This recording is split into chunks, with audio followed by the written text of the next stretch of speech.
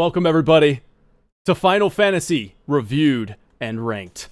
And for the occasion, for Final Fantasy 1, I thought it'd be a lot of fun to have me and the boys dress up in our favorite job class, that we're going to tackle this adventure together. And so our journey begins, a 16-month podcast series as we go through every single Final Fantasy. And I want to introduce the panel that will be with me the entire way, the permanent party members for this adventure. Let's start with Excalibro. Oh yeah. Hey, so you Band-Aid got Brigade, baby. Band-Aid Brigade, the Band-Aid Brigade. We're twins, bro. We're the two white mages. All right, that's a little crazy. Two white mages. All right, I think we're covered on heels. For you know what I mean? We're good on heels. So let's bring in right now the Dragoon King. I got to figure out which one that is. Is it this one here? There, bro. What? Bro. Like three white mages though. Like I don't know if we needed three white mages. Dude, there's not many stick users, and as the Dragoon King, I felt it would be best to be.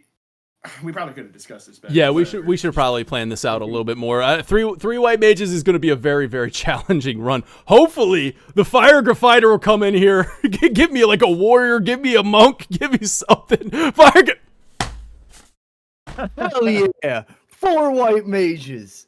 That's my favorite challenge. Oh my god! All right. Oh my god! All right, yo, game, baby. Oh man. Yo, let's re-roll. Let's re-roll job classes. Let's roll that intro. We'll be back with different job classes. I'm sorry, everybody. Here's the intro.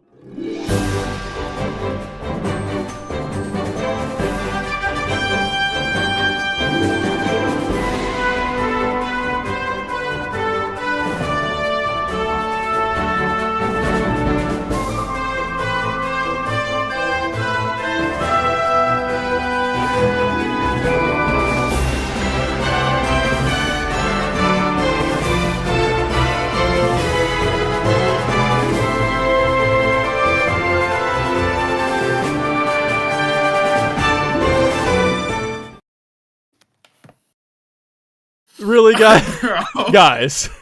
What are we doing? All monks? All monks? What are we doing?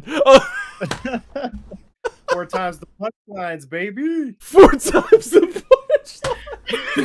Yo. Things are about to get out of hand. Oh man. Well, I guess we're doing this.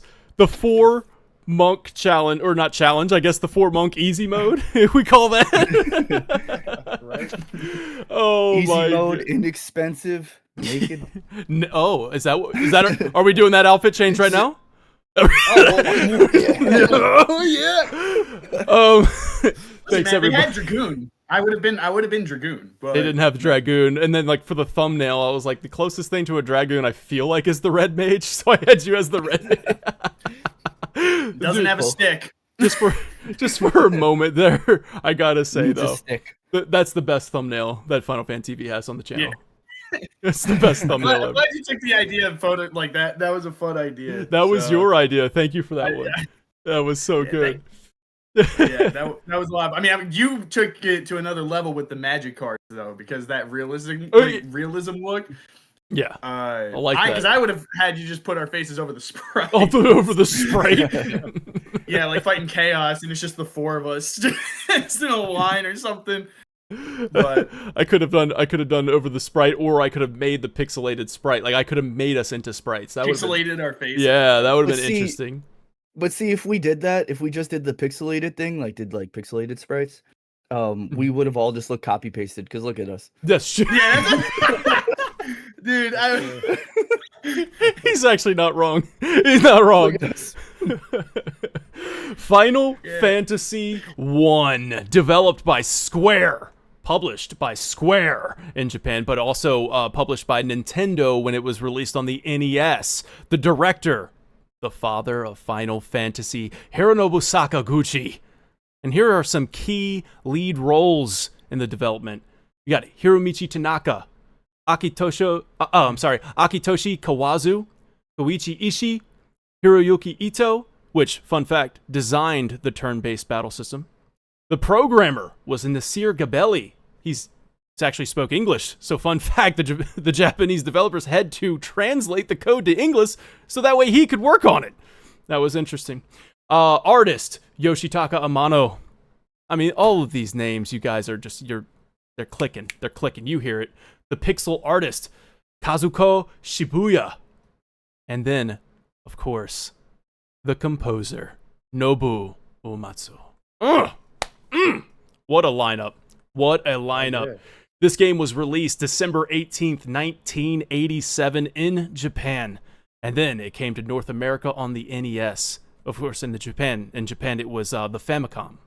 And then over in the NES, it was, the NES, it was released in America.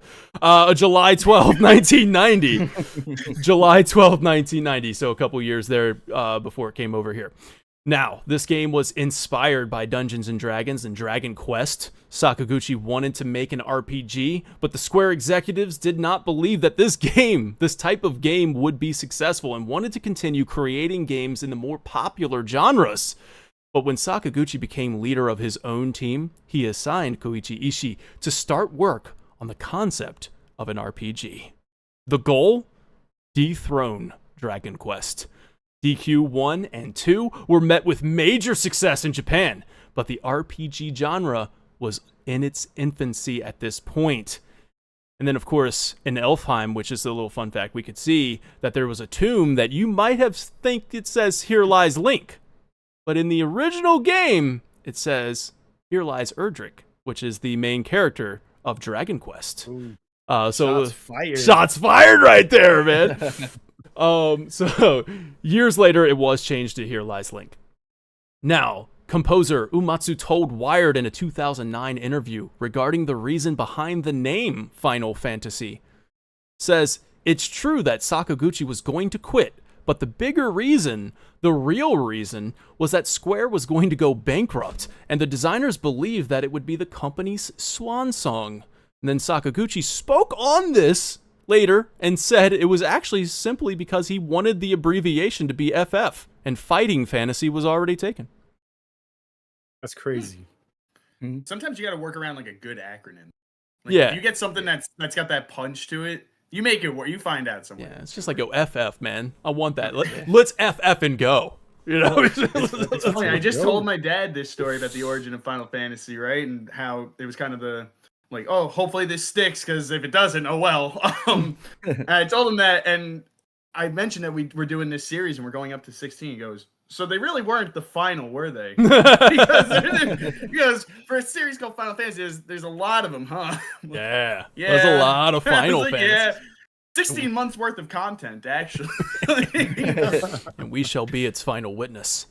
Another interesting fact is right before the game was ready to be shipped, Square ordered only 200,000 copies. Then Sakaguchi was so upset about this that he went to rival publishers to get them to publish the game. And when Square found out, they handled the situation in a surprising way. They actually took it as a sign of Sakaguchi's passion for the game that he created and doubled the production to 400,000.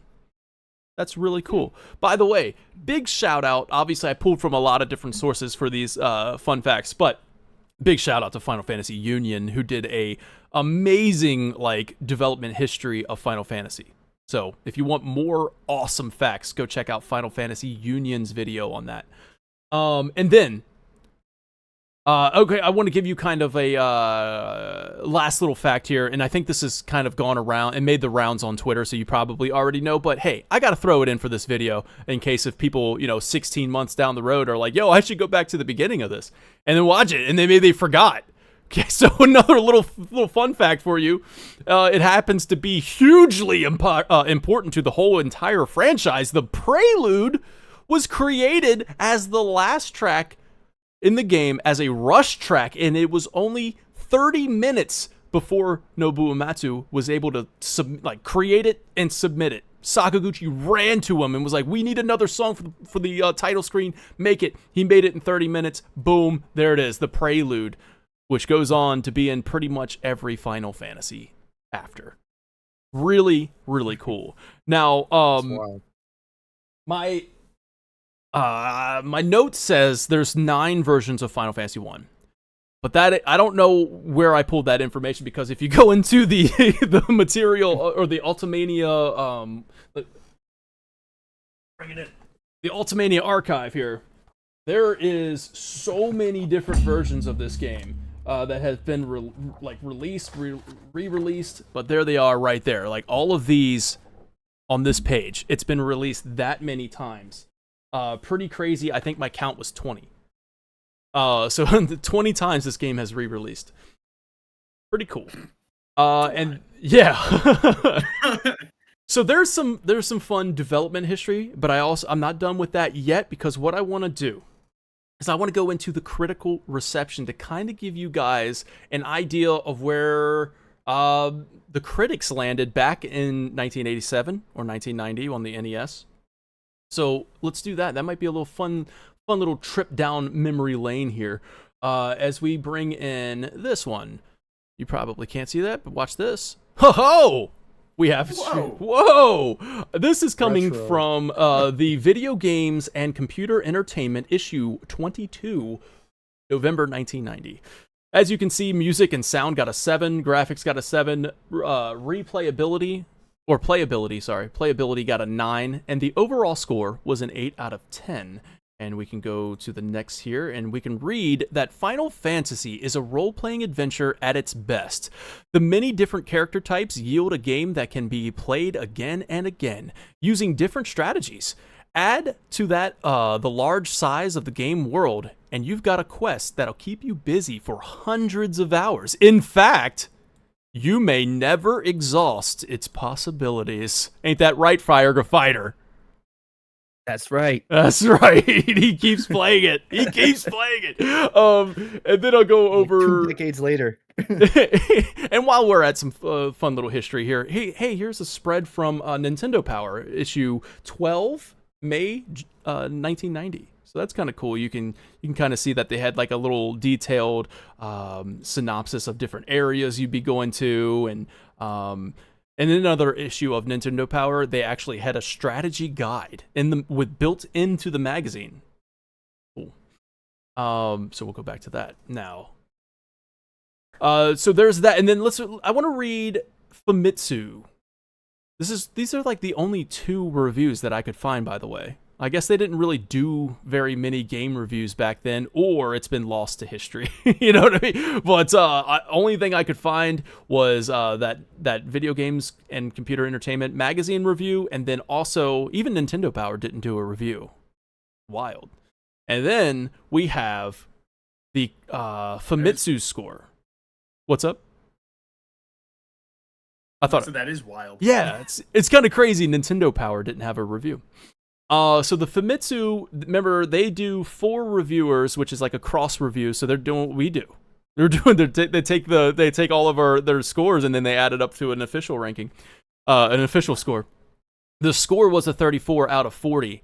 Reviewer 1 giving it an 8 out of 10. And then also, one more time, I just got to say that this was translated by ChatGPT. All right, so take that as you will. All right, take that as you will. So don't take that as like, hey, this is literally what they said. An RPG, this is what reviewer 1 said, giving it an 8 out of 10. An RPG for which the word masterpiece is fitting. Its visuals and scenario progression clearly show an ambition to surpass Dragon Quest, even while being mindful of it. Ooh. Reviewer 2 gives it a 9 out of 10, saying, an RPG with the atmosphere of a fantasy movie. It's fun to nurture your characters, and it's a game you can enjoy for many hours. Reviewer 3, 9 out of 10, says, the story development is outstanding. The sense of mystery and adventure is well expressed, pulling the player deeply into the experience. And then Reviewer 4 giving it an 8 out of 10. A well-balanced RPG with just the right level of difficulty. At times, the pacing feels a little sluggish, but it's still more than enjoyable. And there you go. And then the last thing I'll throw in there, this was Fire Fighter Vinny's idea, and I like it. So we're going to throw in the sales in a way. Now, of course, these numbers, I don't know how accurate this is. This is way back in the day. But I did find this is the it looked like a freaking dissertation. This dude wrote a lot. It was The Birth of Final Fantasy Square Corporation by Daji Fuji. And then it says in that paper that they wrote, they concentrated the remaining 30 members and all the little money they had on their own Final Fantasy. If not successful, the only way that remained was to close their company. Final Fantasy was released on December 18th, 1987. Their final shipment for that title was 510,000 copies for approximately 3 billion yen at retail. So, not bad for the company that was only going to ship 200,000, by the way. Remember that?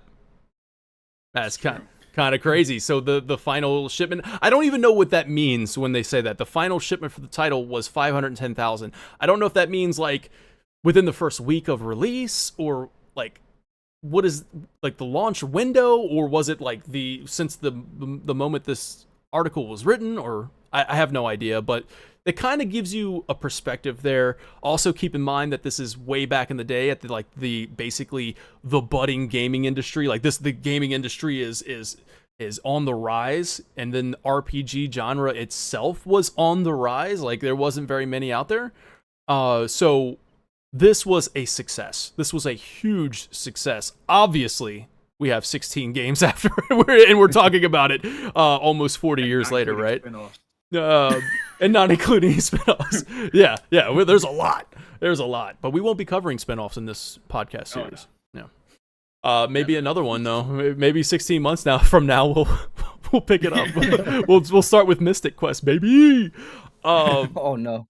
Oh no.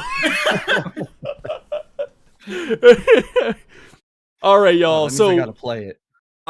Yeah, that means you have to play it. I didn't realize how long that little part was going, but hopefully you guys enjoyed that little like almost a retrospective, a look back at the critical reception and how well the game did. If you like that, let me know. If you'd rather me keep that a little bit shorter to get right into the meat of the conversation, also comment, and we'll make sure we do that from the next couple episodes. Now, the next segment of this, I'm going to pitch it over to my panelists finally. And I'm going to I want you guys to talk about your personal histories with the game, right? Before we get into our recent playthrough, and that's what we're doing for this podcast series. We're all playing through the game in like the month leading up to this podcast. We all play the game, so we have a fresh perspective, a fresh playthrough going on, and we have our own personal histories with the game. So what I would love to hear is your personal history with the game, like maybe when you first started playing it, and what you thought of it then versus what you think of it now. So you're going to give a top-level, surface-level review without spoilers. So anybody watching right now, you're free to keep watching until I say, like, hey, we're in spoiler zone now. You know, we're going to dive into the game itself. So I'm going to pitch this on over to Excalibro. Hey, what's up, y'all? All right, so Final Fantasy 1 was actually my second Final Fantasy. I played Final Fantasy 6 first, and then I heard about this one and went back to it. So this was back in 95, so I have this relic here. This is what I played it on right here. This is the NES, or as we called it back in my day, the regular Nintendo. So man, it was a challenge just to get games to work back then. I mean, the original mini game was sticking it in, blowing in the cartridge, just, doing all this stuff to get the game to even work. It would take about 15, 20 minutes. But anyway, I digress. So this game was hard. I mean, especially compared to the one I'd played before. Like, I felt like this game was unfair. There's, modern day comparison would be like no autosaves unfair, right? This is like a game that you didn't know was a roguelike because it didn't exist yet, right? So one of the mechanics that I remember from the NES days that they fixed in the Pixel remaster, which is fantastic. If you would target the same enemy with 3 characters or 4 characters and that enemy died, the other characters would just keep hitting nothing and it would say attack ineffective. And I'm like, oh man, come on. So you had to predict whether or not your attacks were going to take the enemy out. It was brutal. But back then, I mean, you didn't have, a dozen new games coming out every month. You were lucky if there were a dozen in a year. So combine that with being about 12 or 13 years old, no internet, no smartphones, no Netflix, recipe for unlimited time, right? So it was either go outside and look for the perfect stick in the shape of a sword, to fight your neighbor with, or go inside and play Final Fantasy. So needless to say, I brought all my sticks inside and played Final Fantasy. But yeah, there's more memories around the experience in the time that this happened than there are of actually playing the game, because the game was so brutal. Like, I broke it up over probably the course of 8 months or something like that. Like, the first time I played it, it did not keep me hooked, but I persevered until I finally beat it. So nice. Thank you for that one. And then we're going to go over to the Dragoon King. What's your personal history with this game, man? So I played this month, but I want to point out something. My first experience with this game was actually technically about a year ago, maybe 2. Ooh. And it was on this little gem called the Panasonic Foma P900 IV. Oh, that's... I don't know if you guys are familiar with what that is, but that is Cloud's cell phone from Advent Children. It was a real phone. And I bought one because I wanted to have it in my display shelf. And besides having cool ringtones and pictures and stuff from the movie and all that, to my surprise, Final Fantasy 1 was on that phone. But the guy who sold me this phone, I bought it on Facebook Marketplace from a nice gentleman in Honduras. And he did inform me that the up button did not work on the phone. Oh, no, sorry, it was the down button that didn't work on the phone. So I got... yeah, thank you. So my first experience playing Final Fantasy was on that phone about 2 years ago, and I could only go up and left and right. So it really didn't go anywhere. The buttons, it was broken. You couldn't. It was fine on the menu because you could go up and down. Like, if you went all the way down, it would just circle back to the top. But when you're playing a game, it don't work like that. So I was not able really to do anything. I like stepped out of the city and that was about it. Walked a little bit, got into a fight, and maybe killed something, and that was it. I couldn't do anything. You hear that, Vinny? That's the new challenge run. You can't go up or you can't go. Wait, you can't go down, but you can go up. That's it. Yeah, that's all you got. It's one of the two. I don't remember. That's impossible.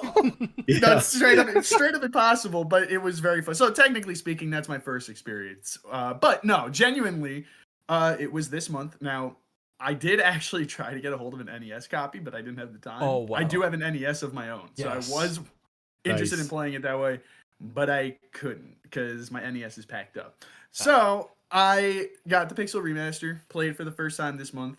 And I had a blast. I'm really interested to hear how you guys think of my experience and share my experience with you guys, because playing this game for the first time in 2025 was just, it was like equal parts headache and enlightening. I enjoyed it, and I was also like, where the hell am I going? What am I doing?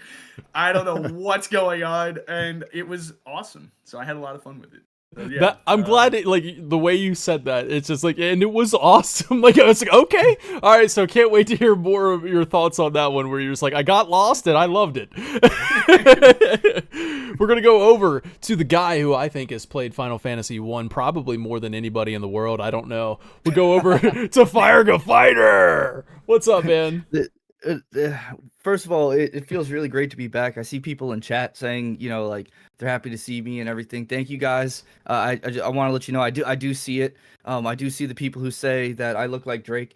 That is not the first time in my life.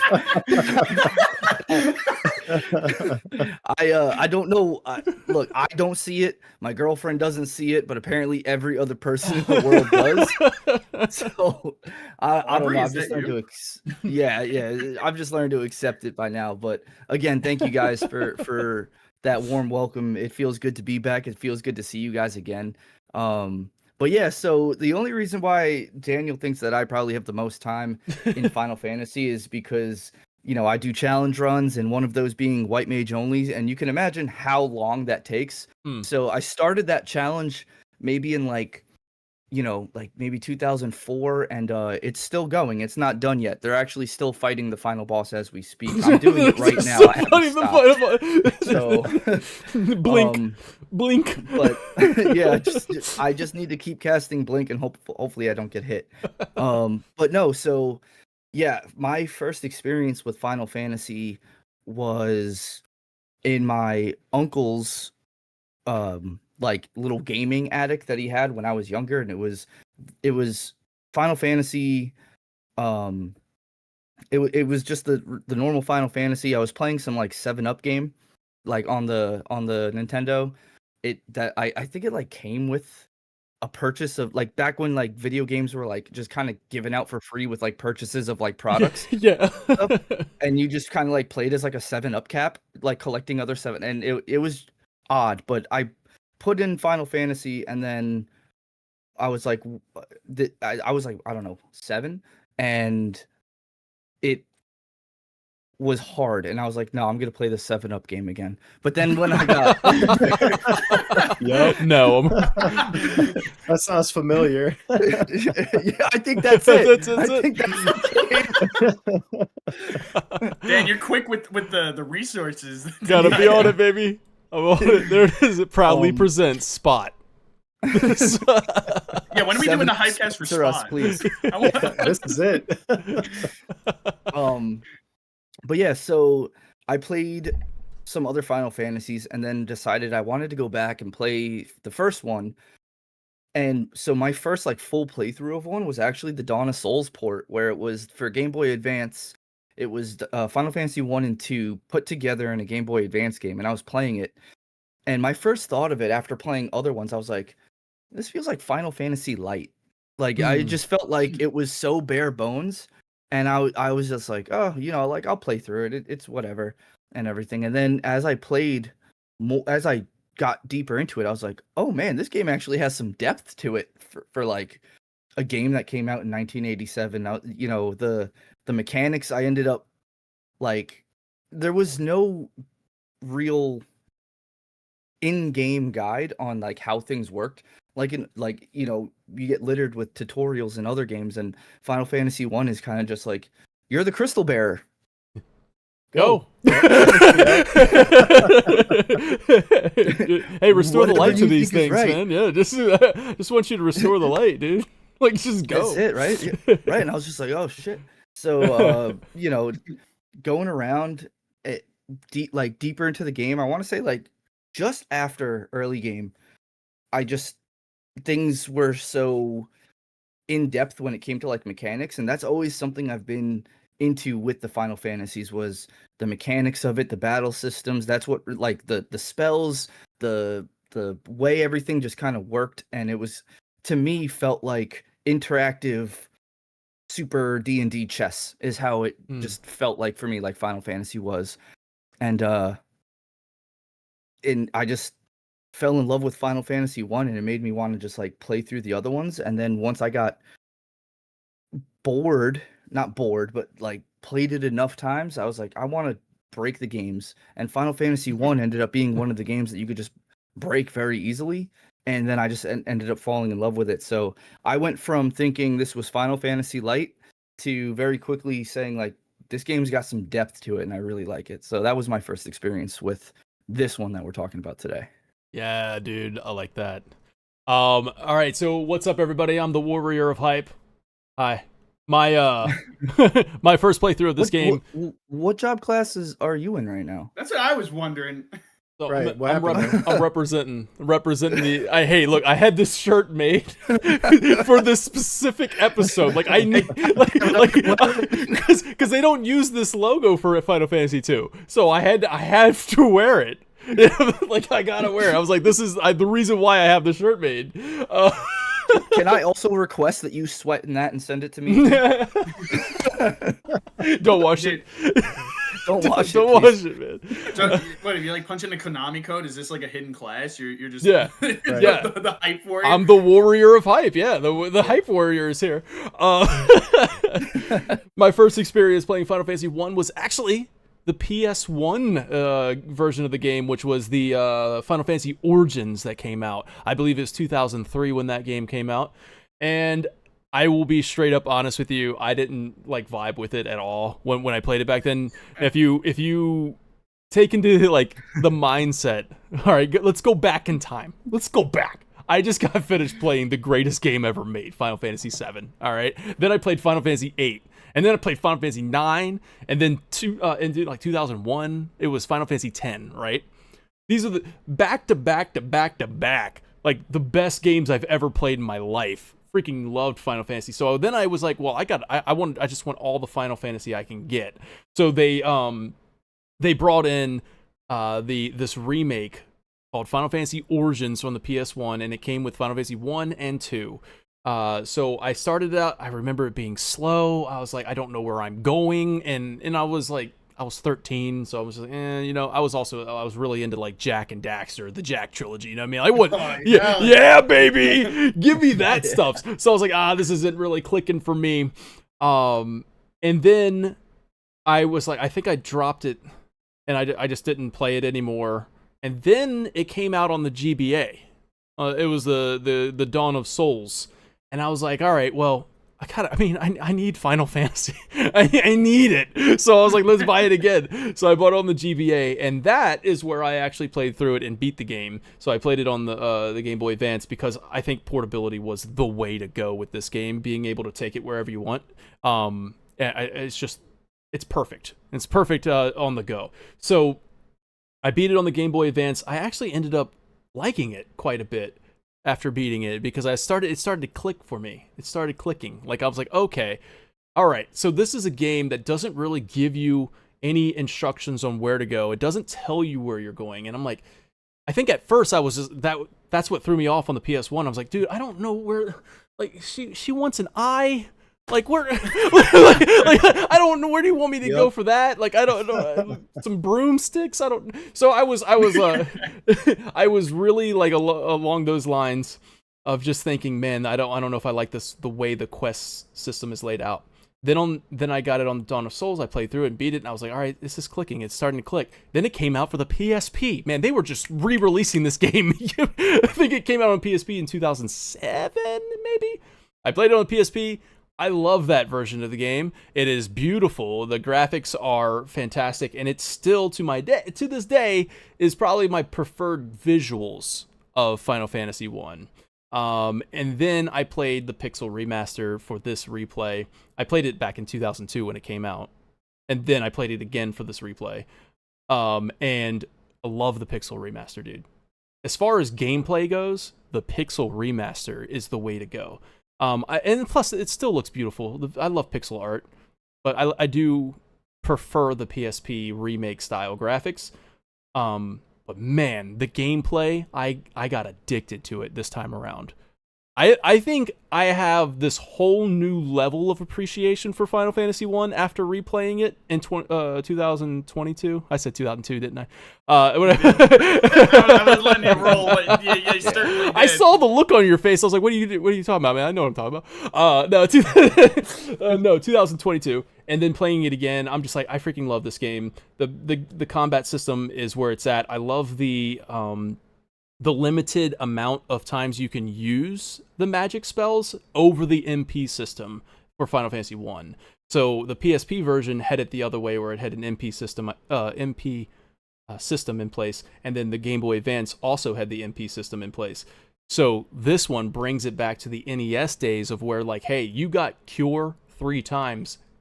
Use it sparingly, like use it wisely, and I really like that. the sense of dread going into a dungeon is something that I crave now. Like I was like, oh man, Final Fantasy used to have dungeons that were like terrifying to go into. Like, am I stocked up on my antidotes? Am I stocked up on potions? I can't go in there. So, anyways, we'll dive into that. But yeah, I really enjoyed this one. If you asked me before where I ranked Final Fantasy 1, it would have been different. So I'm so happy that we're going back and replaying through this. Of course, today Final Fantasy 1's going to rank at number 1 until we do the next couple. Whoa! Yeah, baby, it's number 1. For at least a whole month, it's going to be at number 1. You don't have a choice. Yeah. We all love this game. There's no choice. It's forced optional. It's your number 1 whether you like it or not. So there you have it, everybody. Thank you for listening to my personal history with the game. Now, I want to kind of dive in, and yes, I realize chat is really, really small, so I'm going to try and make that bigger while we talk, but there's the chat box down there. So let's dive in. Let's dive into the game itself. So this is where we're entering spoiler territory, all right? I don't have like a specific indicator for that, but I'll probably I have a great suggestion if I could throw that for you for maybe Please. next time. Do it. I think you should have like a faded out rude, because it's rude to spoil it, right? So just like if No rude is in the spoilers. court. Yeah, if you, like, you know that shot of him in Remake where he's like this with the broken glasses or whatever? Yeah. Like, yeah, do that. Yeah. It's just rude. If you see him in like the corner of the screen, it's Okay. spoiled. That's good stuff. I'll take that in consideration for the next one. Good.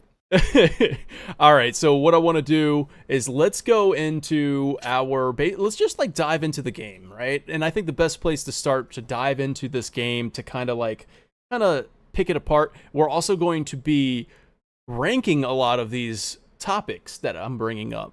So this is not just a series where we're going to rank it where it falls within the series of the games. I think it'd be a lot of fun if we also rank the battle system. We rank the intros. We rank the ending. We rank the party composite, like the party ensemble. We rank the villains.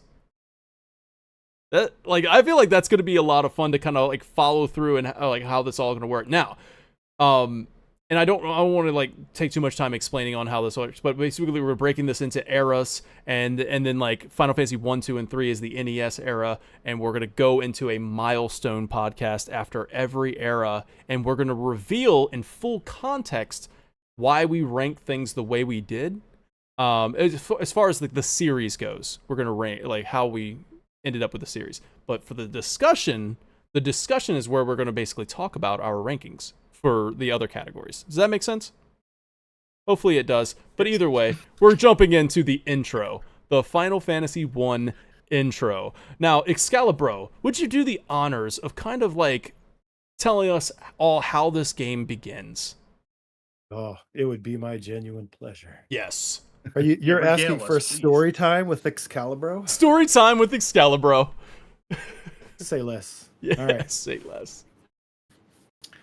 In a world. In a where the world. clock fits In on a the world. I'm sorry. You gotta start over. It's just once you hear it, you gotta say it. In a world. That's true. All That's right. All right. Go for it one more time. true. In a world where the plot fits on the back of an NES cartridge, 4 heroes with no names, no memories, and no lines of dialogue must team up to fight time itself. Armed with nothing but swords, spells, and the ability to carry 99 potions at once, these unlikely warriors set out on a quest to save the world from mild inconvenience. Because the elements, yeah, they're out of balance. Fire, too hot. Water, too wet. Wind, too windy. And the earth, let's just say, it's having a rocky time. Standing in their way is a rogue's gallery of pixelated nightmares, an evil shape-shifting elf, a pirate who drops his ship faster than you can say insurance fraud, and 4 elemental fiends whose primary job description is stand here and wait 2,000 years. And yet, all of them pale in comparison to the ultimate villain, a man so evil. He was named after a wreath of flowers hung as a Christmas decoration. Yep, Garland. Remember that guy you beat up in the first half hour of the game? He's back. But this time, he's worse. Because thanks to the power of time travel, he has become, or will become, or keeps becoming, the immortal time-looping god of destruction known as Chaos. Don't ask how, don't ask why, just roll with it. From the humble town of Cornelia to the volcano of Gulg, our heroes bravely march forward through underwater palaces, over flying fortresses, and into a time portal until finally they realize their greatest challenge of all was figuring out they needed to bring the Rosetta Stone to that one guy in Melmond who speaks Lufenian so they could get the chime to enter the Marriage Towner and continue the main quest line. Together, they must master the balance of light and dark, destroy evil at its source, and prove once and for all that crystals make excellent plot devices. This summer, witness the 8-bit legend. 4 heroes, 4 crystals, infinite random encounters, Final Fantasy, the plot twist you definitely didn't see coming because you were only 8 years old. I was like negative, like whatever, but yeah. Yo. That was awesome. I want to ask Lee something real quick. Yeah. Lee, did you play Final Fantasy 1? Are you sure? Because the entire time he was talking, you had this look on your face. You were like, Is that what this is about? No, dude. oh shit, I didn't play the right game. Shit. Stranger Oh, yeah, Paradise. What was it called? Wait. Yeah. Oh shit! Did I play Final Fantasy 3? Wait. Well,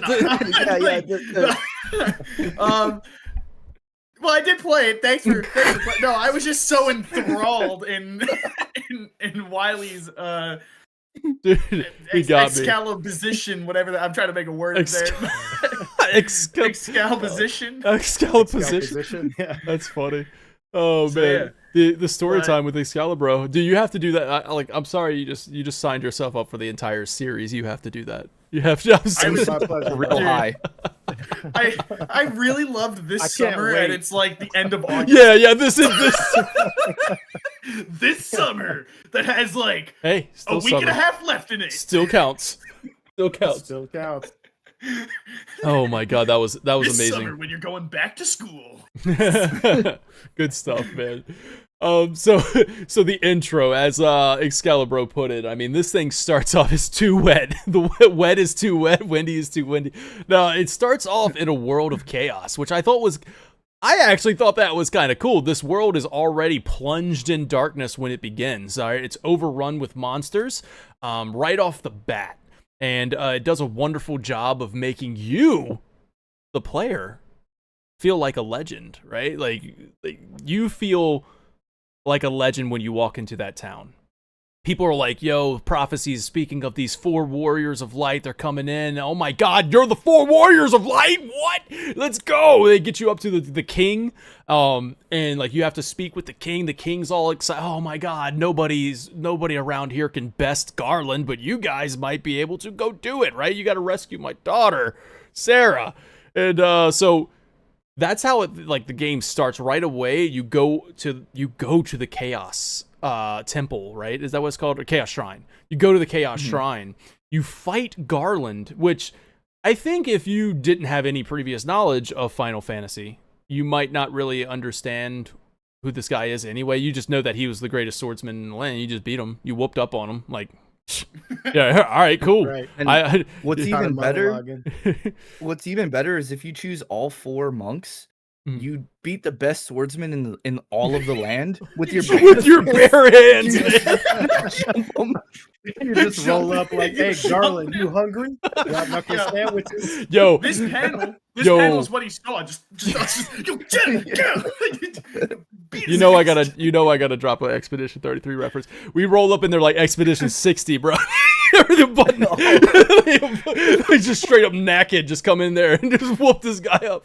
Oh man, yes. So like you beat Garland right away, and then you save the princess. You take the princess back to Cornelia, and like there it is, and like, hey, we're gonna repair the bridge for you, and then you get that title card, right? Which by the way, I'm slacking on my. There we go. Sorry about that. Slacking on the video footage. But yeah, you get the title card, which is pretty like iconic, right? This is the title card was actually created by the pixel artist Kazuko Shibuya. She actually created this title card, and it was such an awesome way to utilize what was given with this 8-bit era. Of course, we're seeing it in the Pixel remaster, but it looked a lot different in the NES version. But yeah, I mean, like, iconic title card, and so their journey begins. And I think that's basically the opening. I think if we're ranking the intro, I think that's the intro, where you go fight Garland, you bring Sarah back, you go to the bridge, and then you get the title card. I think that's the Can I throw something else in there? Sure. So we can't overlook that this has like the original build your own Avengers simulator, right? You have party customization back in 1987. Oh, so you could roll a party of all fighters, mages, whatever, or something completely chaotic like Firaga Fighter loves all white mages because you yearn for pain, right? You want that challenge. In 2025, that kind of player agency is rare. Like modern games don't let you like ruin your playthrough that freely. You know what I'm saying? Modern games don't let you have that bad of a time. That's not true because I play Dark Souls, so yeah, they let you ruin it. You walked in. You walked in on a ruined time already. Yeah, I was gonna say, you know what you're getting. like Final Fantasy 1 is the OG roguelike Souls-like that accidentally invented suffering, right? Like forget Elden Ring. Final Fantasy 1 was making people throw controllers before they had shoulder buttons, bro. Well, like as Vinny has like expressed to me, and like not on the show, but like that's your difficulty slider, right? Like that's how you could choose your difficulty if you want it. If you want it to be super challenging, then go with the not 4 white mages. Don't do that. That's not fun. But you can. I'm sorry. But yeah, you basically have your difficulty slider, and you can also kind of experiment. I think that is great. You have to lump that into the intro when ranking the intro, because that is important. Yeah, I like that. So what did you guys like the intro? What was your thoughts on it? Actually, you know what? I want to hear from Dragoon King. This is your first. From me? Yeah, this is your first time playing the game this year. And what were your thoughts on fighting Garland? Did you know you were going to fight Garland right at the beginning? Because I know that you have like an understanding of it because you played Stranger of Paradise. I played Stranger of Paradise. Yeah. Now I didn't beat Stranger of Paradise, but I know enough about it to know what I was getting into. Yeah. With that, so yeah, fighting Garland at the beginning was cool. And what's crazy is that I thought that he was going to be more recurring throughout the story. You fight him, and then he's just gone for like a few hours or several hours, depending on how long your playthrough was. And there he is at the end again. And he says the most Final Fantasy quote I have ever heard. Yeah, baby. I'll get to that later. Yeah. But no, like the intro is cool. I think that it was refreshingly like simplistic, which I know is silly to say because it's in the first game and it's from 1987. But it was cool because just kind of going out, making your party, and that part was actually one of the most fun. So I know that you guys made your party members named after like us. Yeah. I got to tell you guys, I actually have technically 2 playthroughs somewhat for this game. One that I kind of abandoned halfway through, and then I started again because I actually kind of all right. So I had like a lot of life was lifing. So I kind of had to, when I was playing my original playthrough, I was like, I don't want to play on this console. I'm just going to switch over. I changed my party dynamic altogether. And it was funny because in my first playthrough, I let Jackie name the characters, and it was me, her, our dog Razor was the black mage. So she was the white mage, Razor was the black mage. And then I was like, this is before I knew Vinny was going to be on the panel. So I was like, I wanted Wiley and Dan, so what do I do? So I made you guys the collective monk. You were Dan. Dan? and then but then again, I abandoned that run. So I was like, okay, they're all dead. They died in a time loop. And then it was funny because this game really does evoke that D&D feeling. So when I decided to start that second run again, I was actually talking to my buddies on Discord. And I said, you know what, guys? I'm forcing you to watch this with me. I started streaming to them, and I made me and my buddies the the characters, and it was very funny. Just like right around and then because my friend Colin was the monk, and for some reason he kept dying throughout the play. I couldn't tell you why. Like he just kept dying, and I was like, oh my god, there goes Colin again. Fucking dead. And I was like, just enjoying the feeling of adventure that I was creating. Half the game is almost feeling like it's given to you, like the lore of like going to fight Garland, saving Princess Sarah, like that's provided to you. But with that level of creativity, and just because of how much you need to discover on your own, you create half your own adventure in this. Yeah. Like me getting lost was my own adventure. Because while I needed to do what the game needed of me, so for example, like the Rosetta Stone thing that Wiley said earlier, like that's part of the narrative. That has to happen. But where I went along and how my characters like got into trouble, or like who we decided to talk to, that was their adventure. So when Colin's dying for the 6th time in a row and I'm getting pissed off, that's my adventure. It's like, oh yeah, but then he comes in clutch and defeats the final boss. He's the defeater of the final boss. So like in the end, he had a character arc all his own. And it wasn't Cloud's adventure. It wasn't Squall. It was Colin the monk, who was miserable to deal with up until he wasn't. Up until we met Bahamut. I hated working with that guy. But no, like, so asking me like what I think of the intro to this game, half the fun to me was just making it myself, like just choosing what the party dynamic was going to be, choosing where to go, what, like, if I was going to grind a bit before fighting Garland, if I was just going to go straight to him and, probably have not as much fun. I think that this game is equal parts a story that you are going to experience for what it's showing you, and equal parts what story did you walk away making for yourself. I like that. Yeah. Vinny, what are your thoughts on the intro of Final Fantasy 1? The intro, I feel like how I touched on it a little earlier, but I just kind of really like the not holding your hand, just kind of like, you're a crystal bearer, and whatever that means to you is what that means to you. Have fun. Good luck. You know, they tell you in the beginning, they kind of like, they don't hold your hand, but they kind of say like, they start you off right where you're supposed to be, just in front of the town you're supposed to walk into. You walk into the town, you speak to the king, and then he says you have to go to this place up here. They tell you about Garland. You go up there, you fight him, and then he's just like, all right, now go save the world. And you're like, what's wrong with it?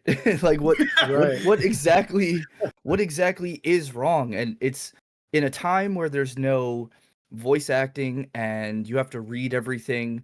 It makes you want to go, since there's no voice acting and no hand holding, it kind of makes you want to go talk to all of the NPCs around town to just try and gather some information, which is also lends into a fact. I think it's, I don't know if this was intentional, but going to talk to all the NPCs, you run into an NPC that I think is really good to have in the starting town. And they don't explain this whatsoever, but it's there's an NPC in the starting town where if you ever get lost, you go to the fountain in the starting town and you talk to Dancing Girl, and Dancing Girl will say, "Oh, you have this item?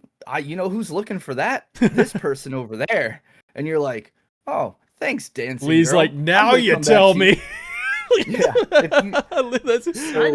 That's useful information. I wish I knew about.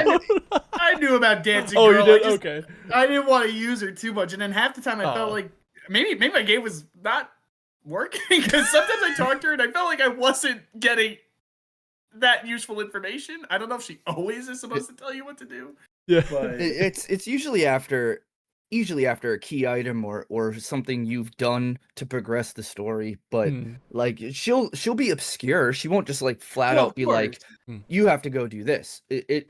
She'll say like, there's some dwarfs in the west that you might want to talk to or something, and you're just like, oh, west, let me go west, and I'm go trying to remember west. what she said, but I went to her at one point because I was pretty lost. And I don't remember what it was, but I remember it coming off as like, you have a dirty helpful. face. Yeah, some BS like that. And I was like, what the hell does that mean? What the hell you want me to do about it? What's up with that? Why? That was unnecessary. Can I tell you real quick? I was so pissed off when I got the Bahamut upgrade. I'm like, oh, dude, I bet my face is clean. And I went to a fountain and I'm still dirty. You mean to tell me that I went from a monk to a master? From a warrior to a knight, you're and I'm dirtier. still dirty as hell. You're I was like, what the? You're dirtier. Man. I was so mad. I was like, oh, they're definitely gonna make me sound like I'm like clean and cool now. They're gonna be like, wow, your face shimmers with badassery. No, wow. no, you're still dirty as hell. Go take a bath, peasant. Like that's what it felt like every time I was going to this. Like I'm supposed to be a legend. Well, did you do the side quest part where you can actually take a bath in that person's house in Provoca? No, I didn't. There's a bath. Is this legit? No, it's completely fake. Okay, I'm like, listen, I don't know. Maybe it is. No, he's like looking, scouring through the game. Yeah, like, he's okay, hold on a second. I missed this completely. LA Cry with the gameplay footage. Thank you very much for you didn't say, like, I mean, I'm just using it.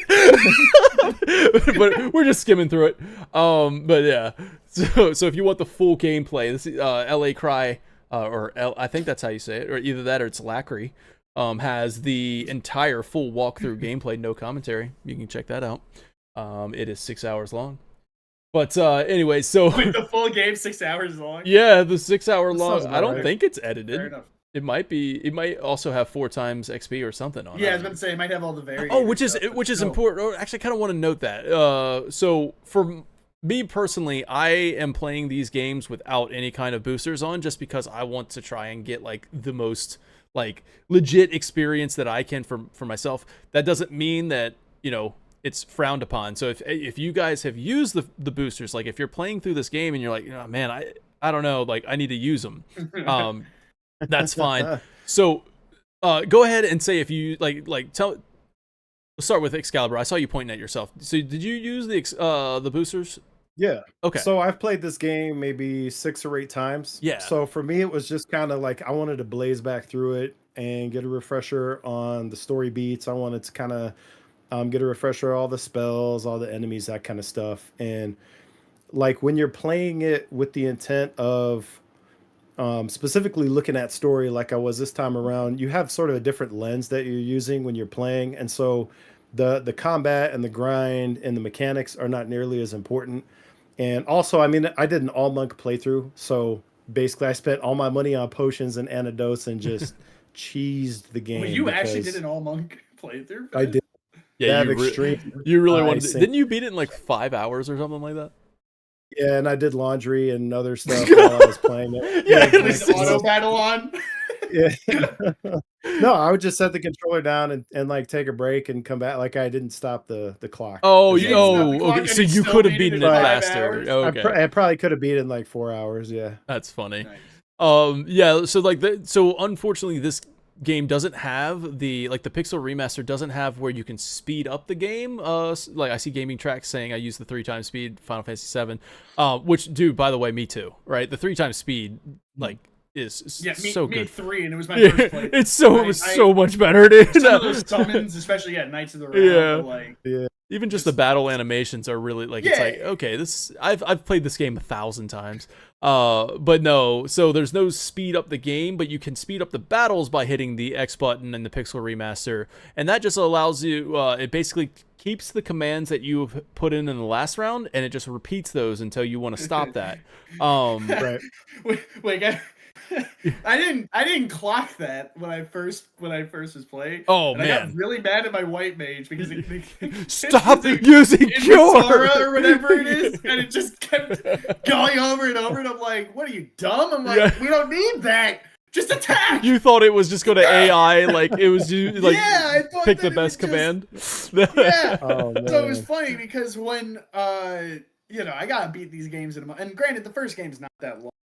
Life be lifing. So I had really 2 weeks to kind of get through it, and the grind at times. I was like, you know what? Instead of just committing to the grind, it's like just auto battle it, just for the sake of I need to get through this, which is nice for the Pixel Remaster. Now to answer your question before, I try to play as earnestly as possible. Like I want that true first experience. Yeah. But it is nice when you have these variators because as much as I want to be a true gamer at the same time, for example, when you completely kill off your first cast of characters, you need to play catch up. That variator just to get the XP, is to get back to where I was. I didn't want to have to go through the same grind. Yeah. So I turned the variator back down actually when I caught up to where I abandoned my first run. Yeah. But I used the variator to just get more battle and gil. Yeah. To just play catch up until that point. I was like, okay, if I just boost myself now and then turn it off when and it wasn't even that far into the run. It was just post Elfheim or whatever. So it really wasn't all that far when I killed off that first group. Sorry, Wydan. Well, why, Dan? Well, Wydan had to die anyway because Vinny's wasn't. Yeah. So yeah. So pay attention to the next one where I can name the character Wydanini or whatever. Wydinny. So Wydinny will be around next time. But no, that's where it is nice. Because sometimes it's just listen, man, you gotta go through life. So if I'm trying to commit to the grind, do I need to fight 8 Sahagins for the umpteenth time? Or can you just fight up do I need to go in 4 battles? Or I just fight 1 battle and pretend that I fought 4 battles and I can just turn the 4 times XP on. You bring up a great point because I could have done it like that. I didn't. No. I just kept going up and down. And it's gonna keep going in the battles, keep grinding the woods. Yeah. So I got a question for you, Lee. What's up?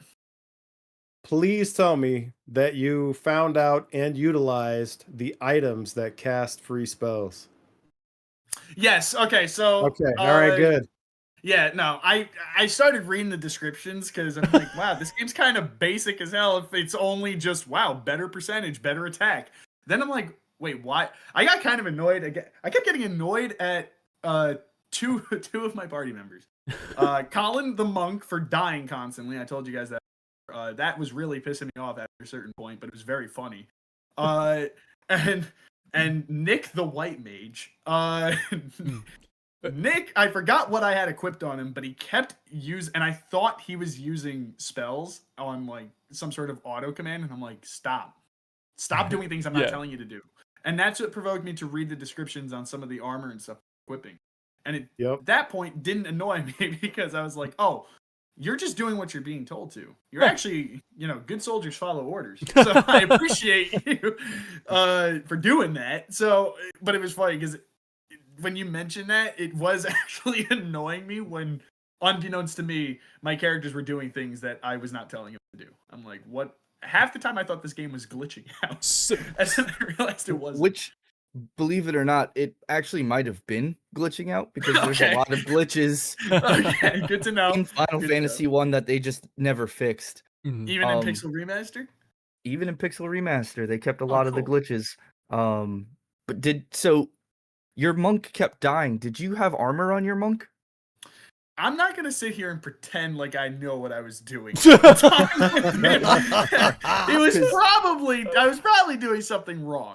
Now, I was trying to enlighten me. What could have kept my monk alive? So your monk is actually stronger and more durable without armor and without weapons. So, and they don't do anything to explain that to you. Like if you go into the system and you hit optimal on their armor and weapons, it'll give them armor and weapons. When in reality, the monk is his stats for damage and for defense are actually based off of his level and not what he has equipped. So, and also depending on where you have him in the party order. So if you have second for mine. Okay, so he was the second most person hit, or percentage wise, because top slot is a 50% chance to be targeted, second slot is 25%, and then third and fourth share 12.5% chance to be targeted by the enemy. So if you had him like lower, he would be your least targeted character, and with no armor. So optimally, where would you put him? Where would you put your monk? So in my playthrough, I had monk, thief, white mage, black mage, just to give some like diversity. And my monk was at the top with no armor, and he died maybe once out of the entire playthrough. Interesting. Love that. So what it sounds to me like I was probably doing wrong. There is a point where I realized the weapons were no, right? But the armor, I think I was still equipping on, because doesn't its stats reflect that it's better? Like it'll show like the green arrow up and say like, oh yeah, like this is good armor. But what you're saying is that the game is lying to me.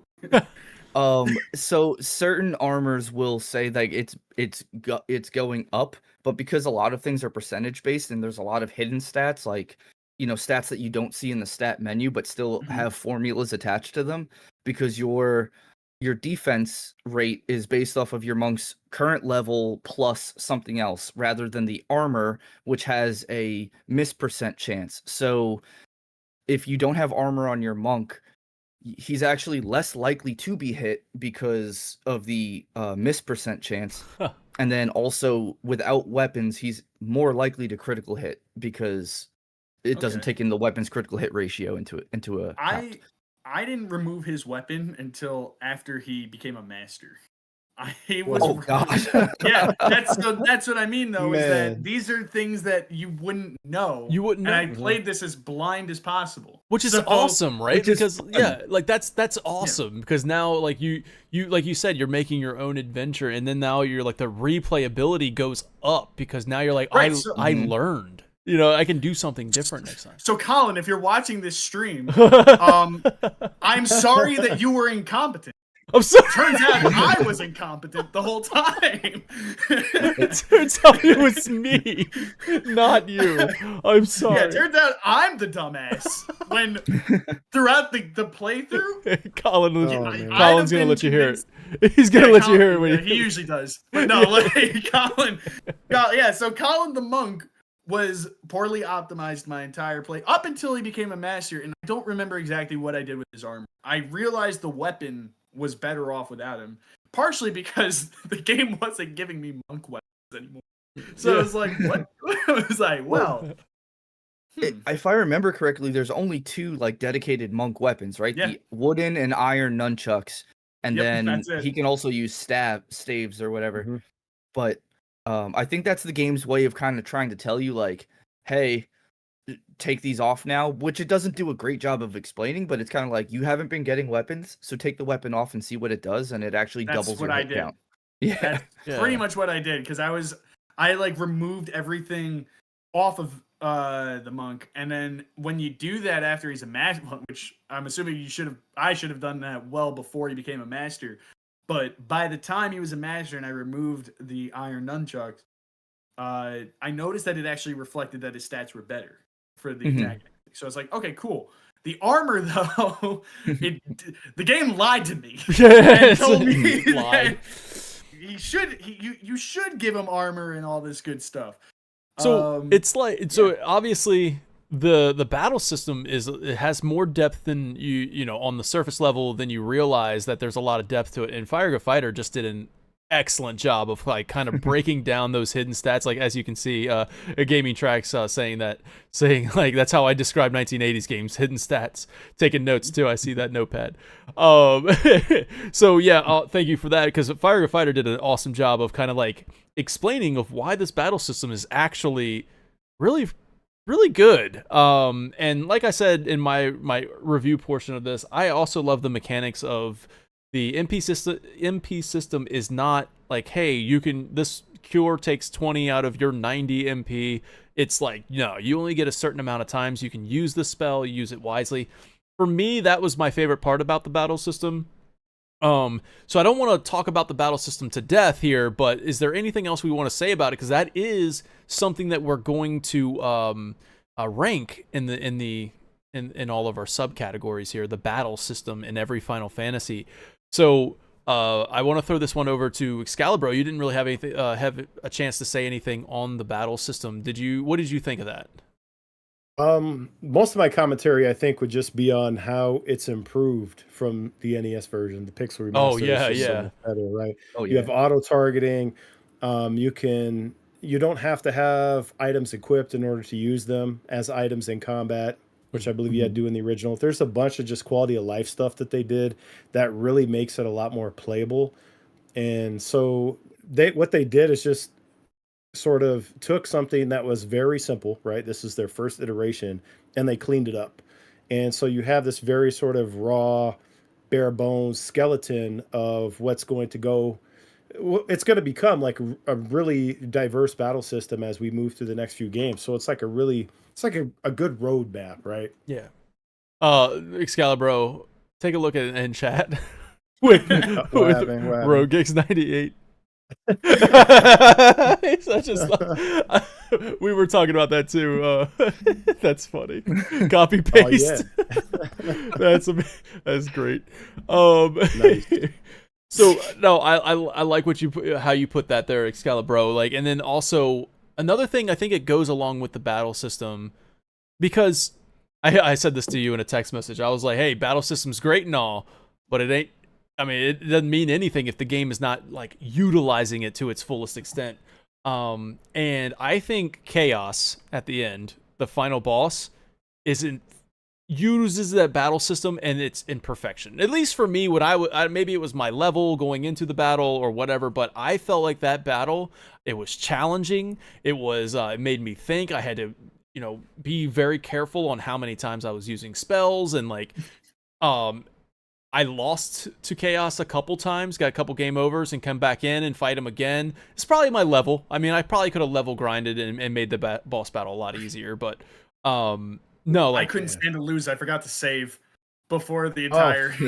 Oh no! You were just like, I couldn't. Thankfully, with the Pixel Remaster, you do get a quick save. Like, so the right. Oh well, that's good. Yeah. I didn't actually game. Believe it or not, despite having the worst optimized monk you could probably have. Yeah. You didn't know game overs? No, I was surprised actually. I thought that this game was going to hurt me. Yeah, it hurt me plenty. It hurt me plenty. It hurt my brain more than like anything else. It just was like, where go? Where go is my constant question. Where I go right now? No, I actually I really enjoyed that too. So before I jump into that, I just want to say about Chaos, since we're on the topic of Chaos.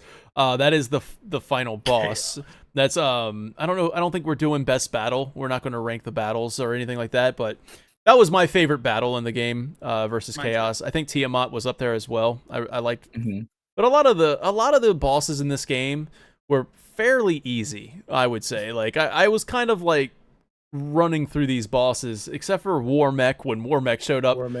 But at that point, I was so over leveled from just running up and down that thing like 100,000 times, like up and down the bridge, because he only appears in that one like area before Tiamat in the Sky Fortress. You have to run up and down this bridge, and there. What is the percentage, Vinny? Of Warmech? It's like, I think, a 1% chance of running into him. It's super low. Super low. So I did that for like 2 hours, and I think by the time that I finally, and then I had to go back, I don't know if it ruins the percentage. I was like, what if I leave the area, does it reset? Like the does it reset out? Because I have to be like 1 out of like 1,000 battles at this point. I should be really close. I have to go back. I gotta heal, so I had to go back to an inn, heal up, come back. Oh, and that's another thing about this game.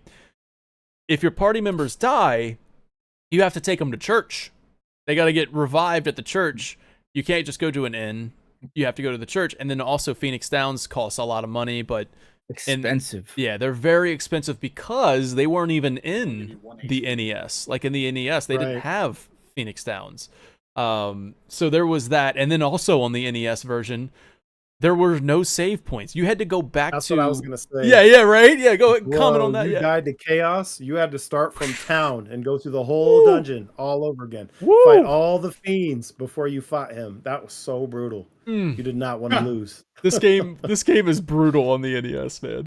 So there was none of that. There was no Phoenix Downs and all that other stuff. So anyways, like, you know, I had to go out of there. I ran up and down again to fight the war mech. I texted Wiley and I'm like, yo, and I think I put it in the group chat and I was like, I've been doing this for 2 hours. I don't know where he's at. He's not showing up, man. And then finally he shows up. But I beat war mech pretty quickly. But Chaos, I beat war mech after I fought the final boss, by the way. So like I beat Chaos. Chaos gave me a lot of hard time there, but I think it utilized the battle system in such a great way. And I just wanted to throw that out there. My favorite boss battle. Chaos was awesome. Yeah, especially with an under optimized monk who kept dying. It was very stressful and very funny. Well, wait, something? No. I'm sorry. I thought you were done. You go ahead.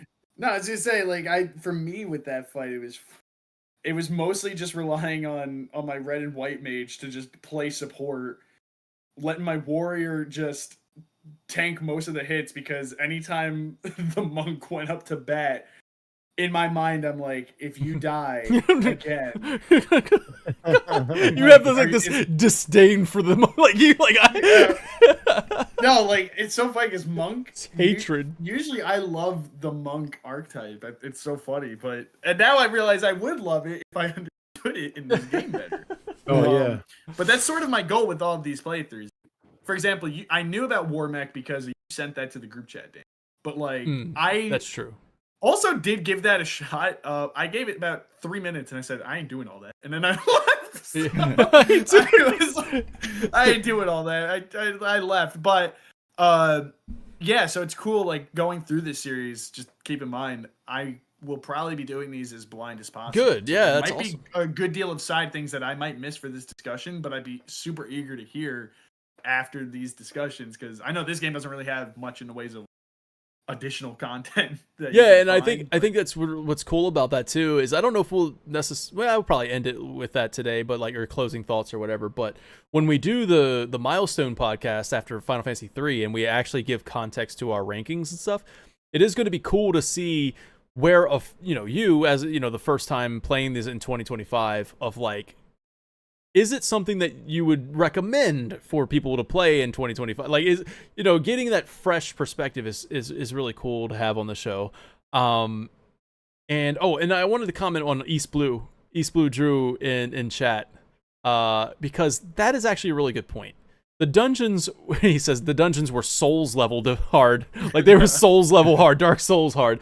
And I think that actually makes a whole lot more sense to what I was saying. And I was like, yeah, these bosses were kind of easy because the boss was the dungeon. Like, you fought Lich at the end of it, but like, he wasn't like, that's just Lich. That's just the bookend, because you had to go through hell to get there. You fought, you're out of potions, you're out of antidotes, you're out of you're out of the whatever the dungeon was throwing at you, probably turning you to stone or something like that. And you're just like, you're hanging on by a thread, and then you have to fight a boss at the end of it. And I think so I think that is the boss. Like, the dungeon is the boss. Is a really great way to put it. So I love it. I love the battle system. I love the and then we'll talk about exploration. I think the dungeons are pretty well designed as far as like the level design of the dungeons themselves. And we're definitely going to be talking about this in Final Fantasy 2, but obviously we're not going to go into that yet, but we'll wait until we get to 2. But look, that's perfect. As you can see the dungeon map here as the pixel remaster. Thank you, LA Cry. Just on cue, bringing up the dungeon, and this is actually one of my favorite dungeons. This is Mount Gold. Mount Gold. Yeah, Mount Gold. It's one of my favorite dungeons because of like the layout of it is really cool. The yeah, it's running through the fire. Like each one has kind of a gimmick to it. So with Mount Gold, the floor is lava. You know what I mean? And if but you have to go through it, and you're like, Jesus, I'm already hanging on by a thread here, and I got to make it across this lava pit. There's also some strategy with the lava that I personally use because I was stocking up on medical supply. The thing is, I kind of clocked, and maybe I just got lucky, but I think this is a mechanic here. There's no random encounters on the lava, is there? No. Okay, cool. Because I was purposely burning myself. Random encounters. I was like, I don't want to get held up as. And I know in Pixel Remaster I can disable the encounters. But I'm like, like if I really don't have to do something like that, why bother? Yeah, why, no, that's awesome. Like, yeah, I wanted to instead cause the suffering of my party to play it more authentically than turn off. But I think it's cool that feature is there for those who want to use it. Of course, yeah. For those who want to use it, make the experience however you want to. But like on a replay, I might use that more. Yeah, like if I just wanted to play the story, kind of figure like, or just mess around with certain mechanics. I think just to touch on that for like a second, I really enjoy that Pixel Remaster and the re-releases of like 7, 8, and 9 with the boosters and all that too. Like 10, I think also has it as well. I love that they give you the options. I'm still gonna try and stick to that more classic playthrough, but it's really cool that they give you that. I just wanted to say that because I appreciate it, especially from a replay perspective. Because I might suffer the first time, but on a replay, hell no, I'm gonna cheese it. Like, let me cheese the game, please. And then you have a lot here. You have the guy. You know what? Hold on a second. Maybe I'll I was gonna do a whole section, but I don't have as many. But I'm gonna just do one, and I'm gonna ask Excalibur, since you are the master of the dad joke. But hey, yeah, man, did you know that when Garland went bowling, he bowled a perfect game? Do tell. Yeah, because he knocked them all down. You know what I'm saying, bro? Garland will knock you all down. So let's talk about Garland. How do I leave? I have one dad joke that was really, really good. All right, and then I've said it like twice now on Final Fantasy V, so I feel like if I say it again, it'll be, it's just like, hey, dude, come up with new material, dude. And that was my new material, and I was like, I don't know. I don't know if I like this. Okay, wait. If we're talking about Garland, am I wrong in saying that like the time plot loop thing came? Maybe I didn't talk to enough people at a certain point. Did you talk to the Lufinians? What? The big circle of elders. Well, no, you talking about the sages or whatever. Sages, like yeah. Because I did. And then maybe I was just a bit distracted because I remember I went back to them later. I'm like, oh, you guys told me a lot more than I actually remember you would. I feel like I sort of. They fill you in. Maybe this is on me. Yeah. But perhaps I looked at them too harshly when I first came across them. First of all, I thought they were weird. And then I'm like, I don't like that you're all just in the woods like this. It's kind of throwing me off. I don't like that you're all in the woods like this. What is this? So they threw me off. And then I was talking to them like, yeah, sure, Gramps, go back to bed. And then I left. And then when the freaking time plot thing comes back in later full swinging, I was like, whoa. Yeah. And that's what earlier in the podcast I said that Garland says one Final Fantasy things that I've ever heard. Yeah. He literally, I took a screenshot of this because it made me laugh. 2,000 years from now, you killed me. I am Garland. I looked at that. I was like, all right, this is Final Fantasy. Absolute cinema. Absolute cinema. 2,000 years from now, you killed me. I am Garland. I was like, what? It was like, okay, yeah. Yeah, 2,000 years from now, I killed you, bro. Turns when out Final Fenrir's like, Fantasy "Oh, you're an always had a convoluted plot, bro. No, yeah, I was There so was. happy to know that it didn't build up to that point later. Like it wasn't like, oh yeah, here's Final Fantasy 5 or 6, and now we're getting convoluted. No, No, it was always in its. It was always in its. The DNA was there. It has been convoluted from the start. And when he said that, I actually started laughing. I was like, this is great. Yeah, 2,000 years from now, you killed me. I think it's just I am Garland. Just in the future, you past tense to me. Yeah, I am this now. Like that's how I read this. I was like, oh, cool. Well, so when you're in this like shrine, you know how you had to fight all of the fiends again and they were like much tougher? That's because you went into the past. No, yeah. Yeah, he's like, Oh, nice. No, I got that. Okay. I got that. Don't worry. Oh, okay. I like that. I just thought it was the way that Garland spoke in this moment. Yeah. It just really got to me. Like, okay. He just seemed like when you think of what people say Final Fantasy is as a cliche, and I can kind of tap into that maybe a little better in some ways because I have to experience these for the first time for the most part. There's only like 3 of these games that I've actually played. Dude.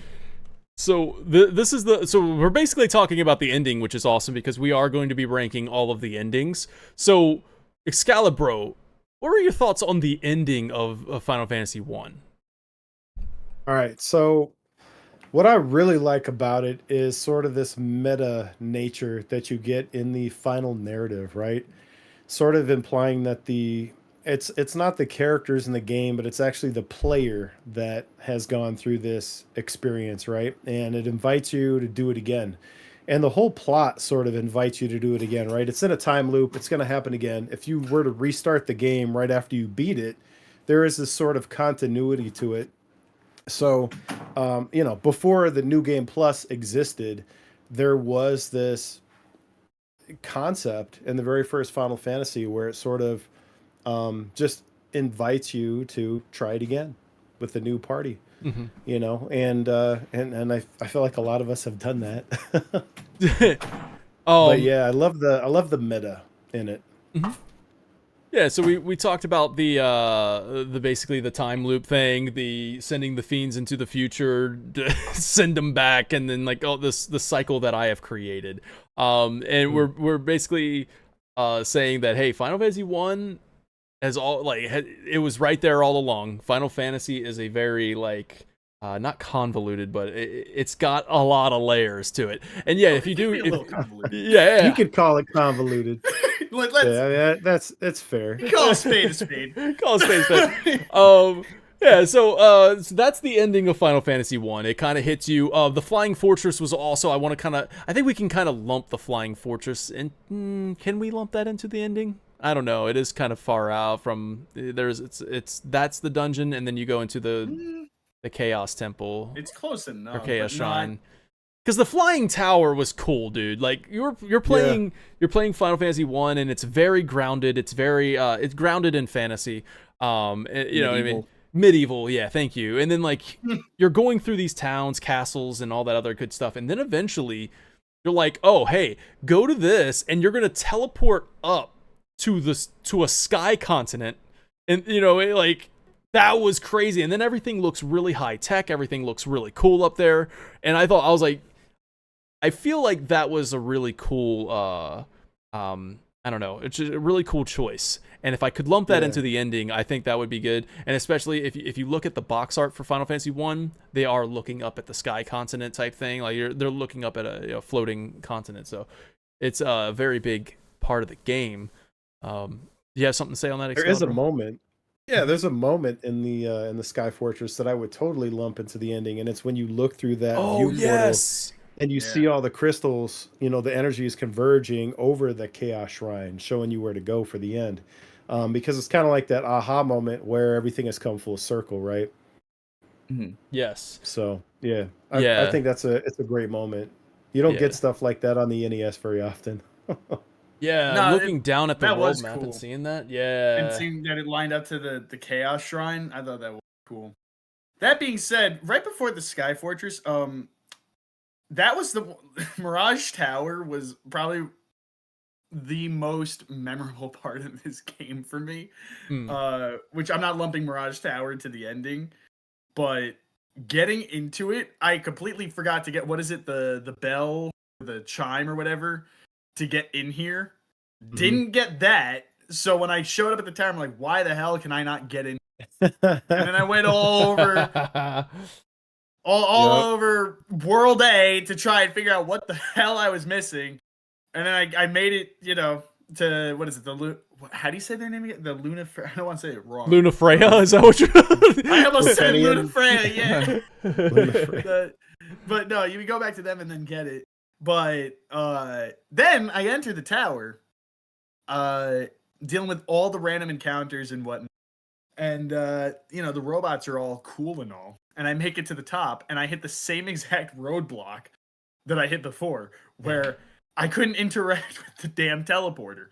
And I was like, what am I missing now? I got really annoyed. So I'm working my way back in through the tower. I'm checking everywhere to make sure I didn't leave a chest or something. I didn't do the damn waterfall thing.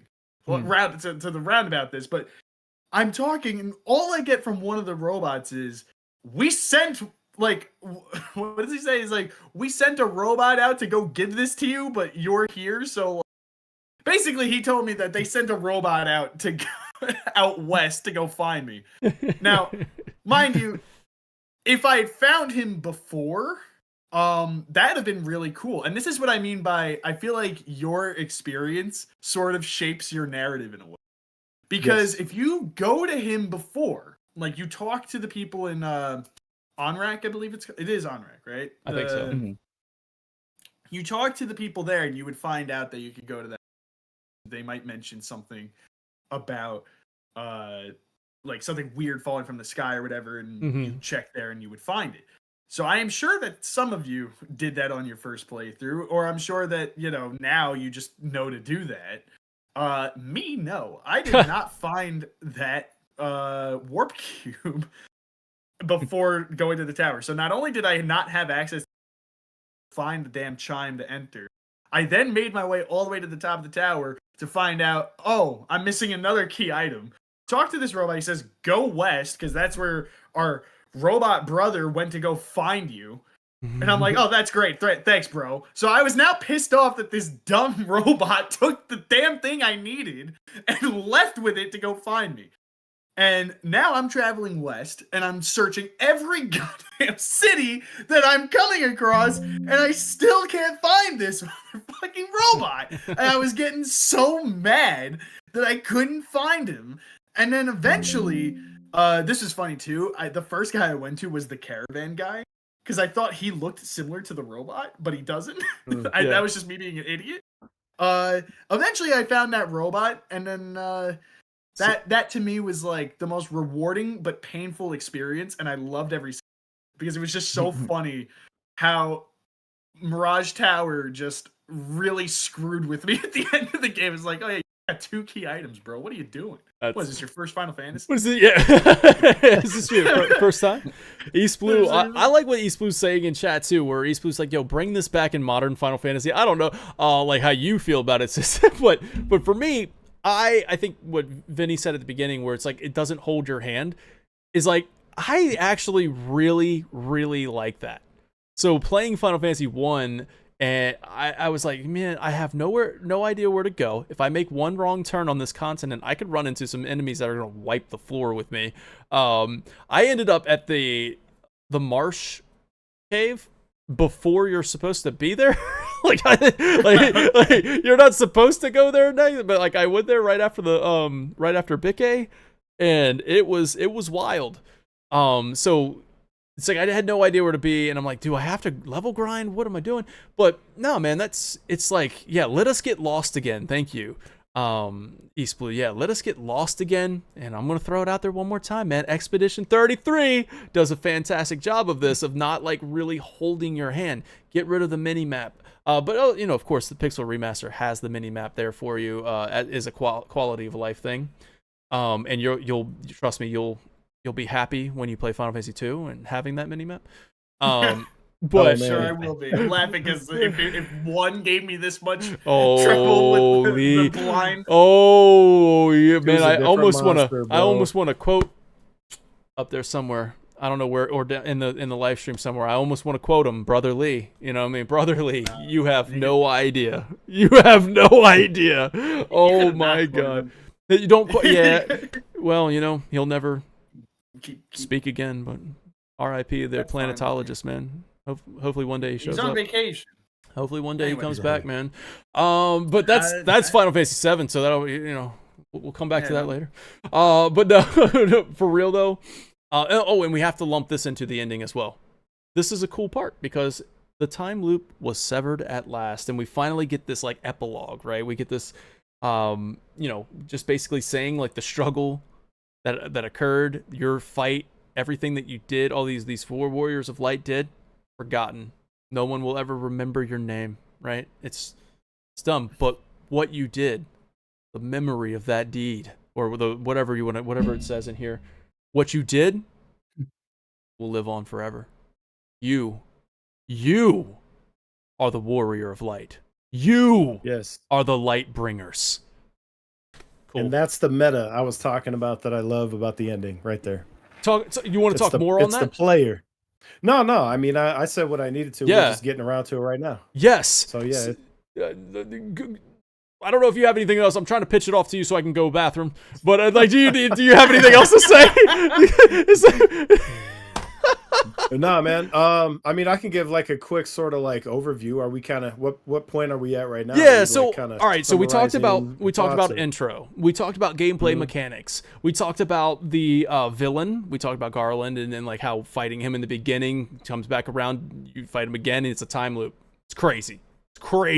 Then we talked about the ending. Of course, we talked about the intro.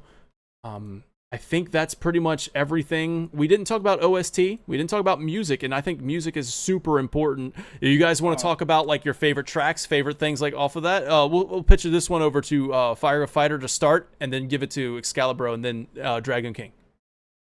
Good for me.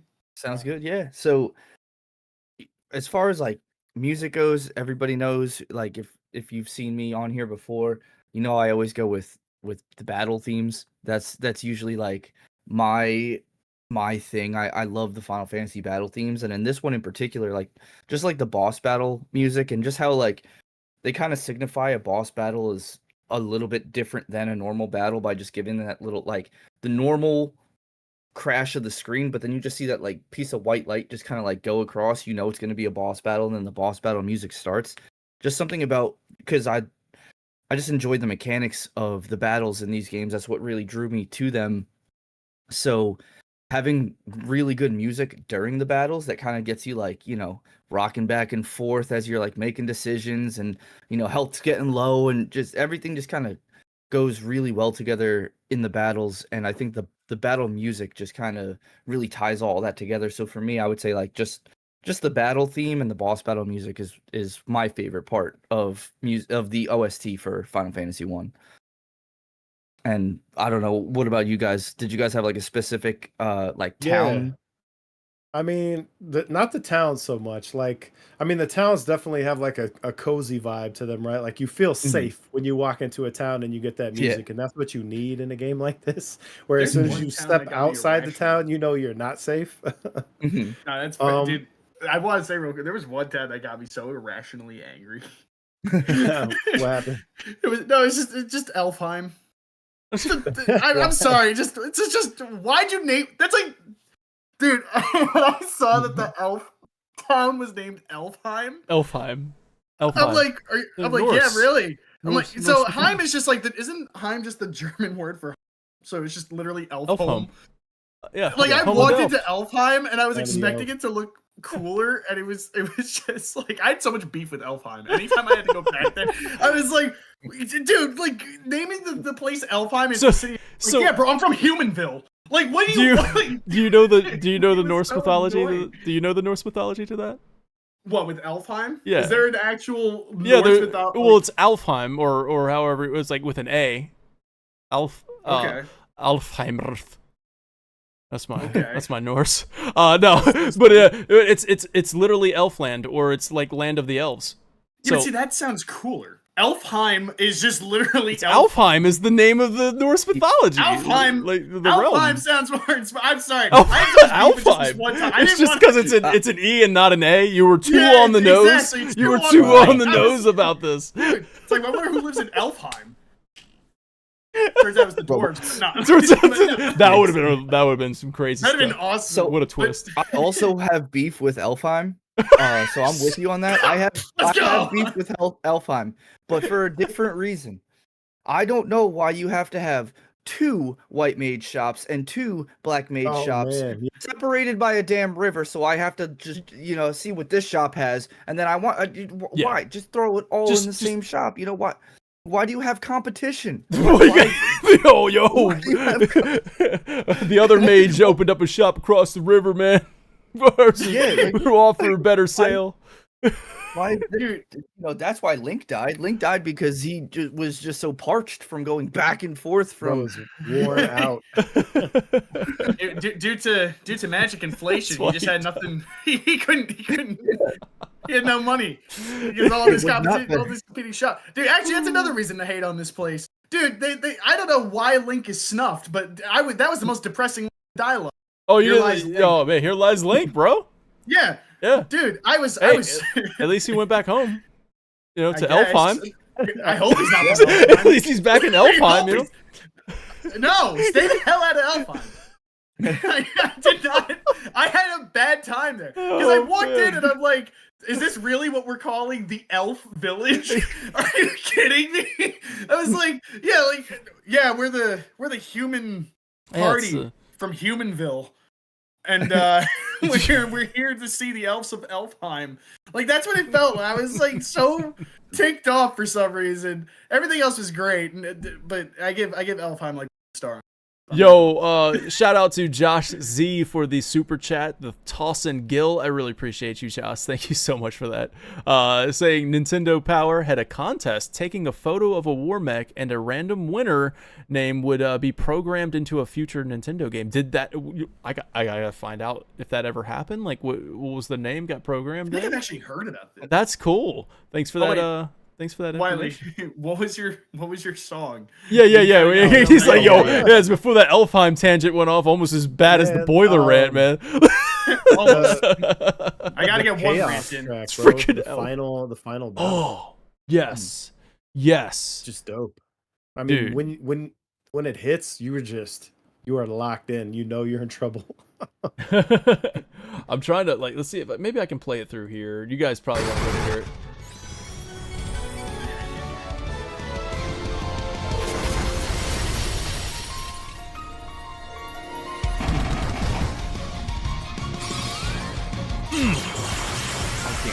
But I'm gonna bob my head right Yeah, now. that's what I was doing too. I can't hear.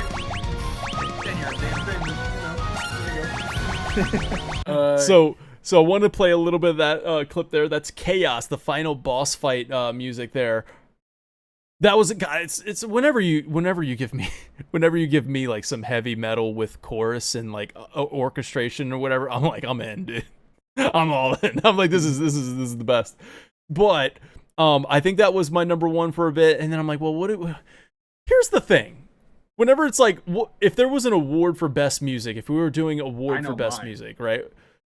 I'm trying to figure out what mine would be because I had a list, and I'm like, well, obviously you want to kind of go by my personal favorite, right?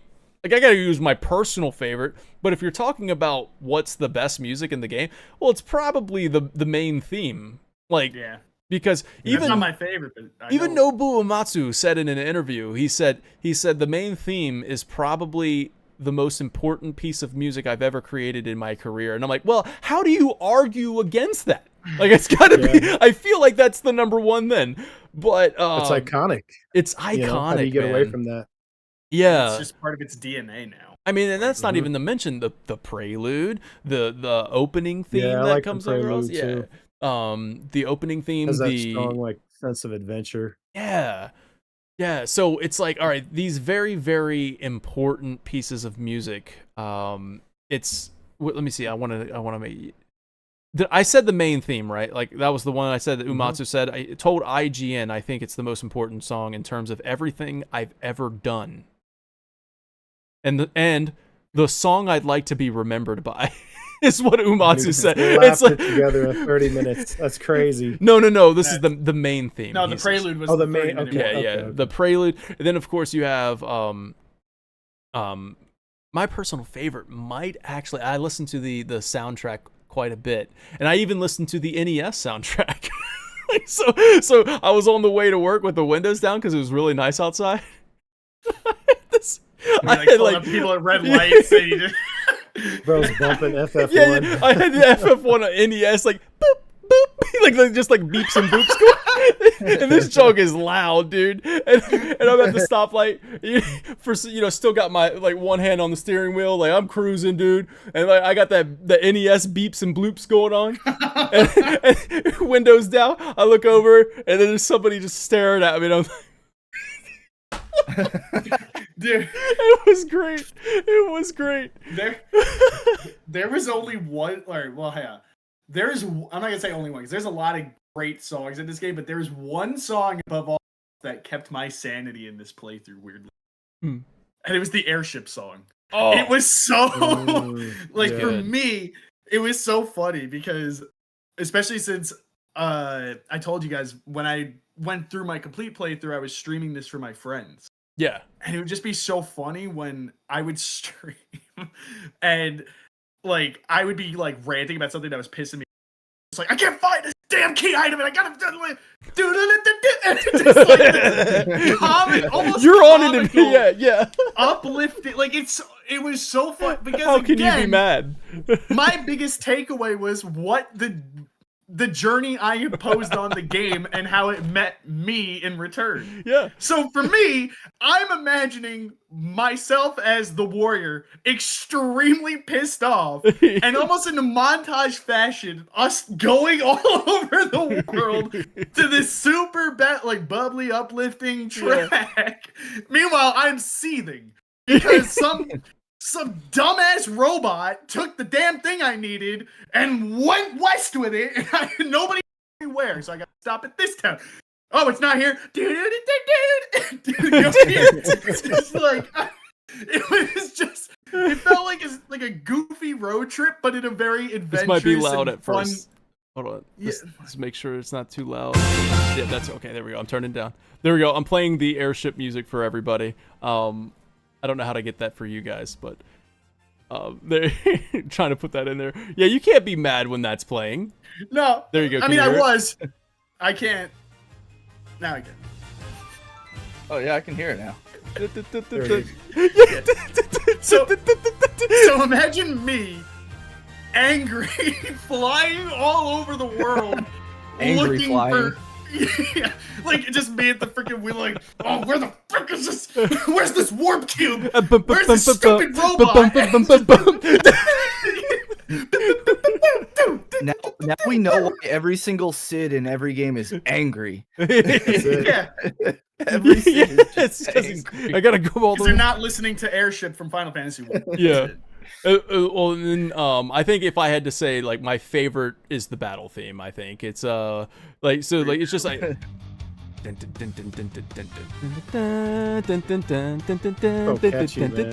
Dude, it's like I was going through all the OST just trying to find, all right, what is the standout?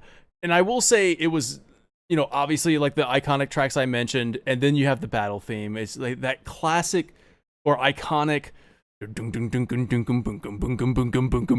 like how that's like kind of gone throughout every Final Fantasy. They always have a riff or of some sort of like motif of that bass line, that boom boom boom boom boom boom boom boom boom boom boom. And so I think that it was hitting a chord for me. Yeah, haha. What? It was hitting a bass chord. And then then there was this one that I think is the hidden gem. All right, like I don't think it gets talked about enough, and I'm gonna play it. Like, it's the sunken shrine, dude. Yeah, Listen to that's a good one. I don't know if I hope this is turning out all right for you.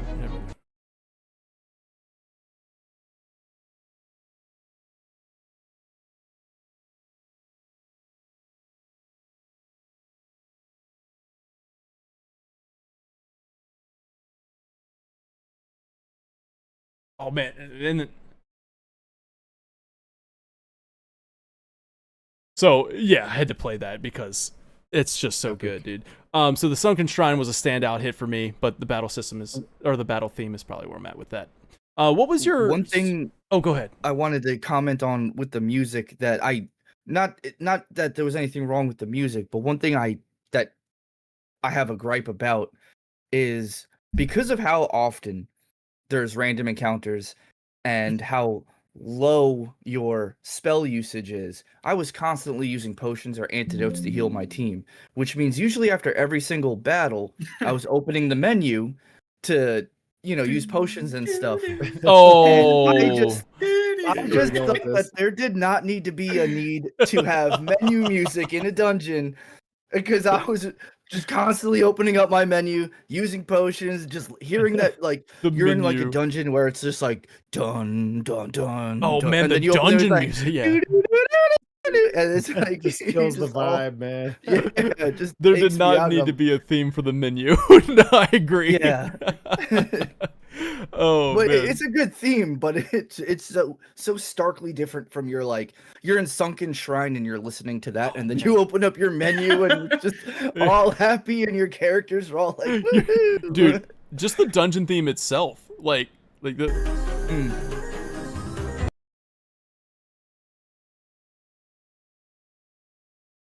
I'll skip ahead.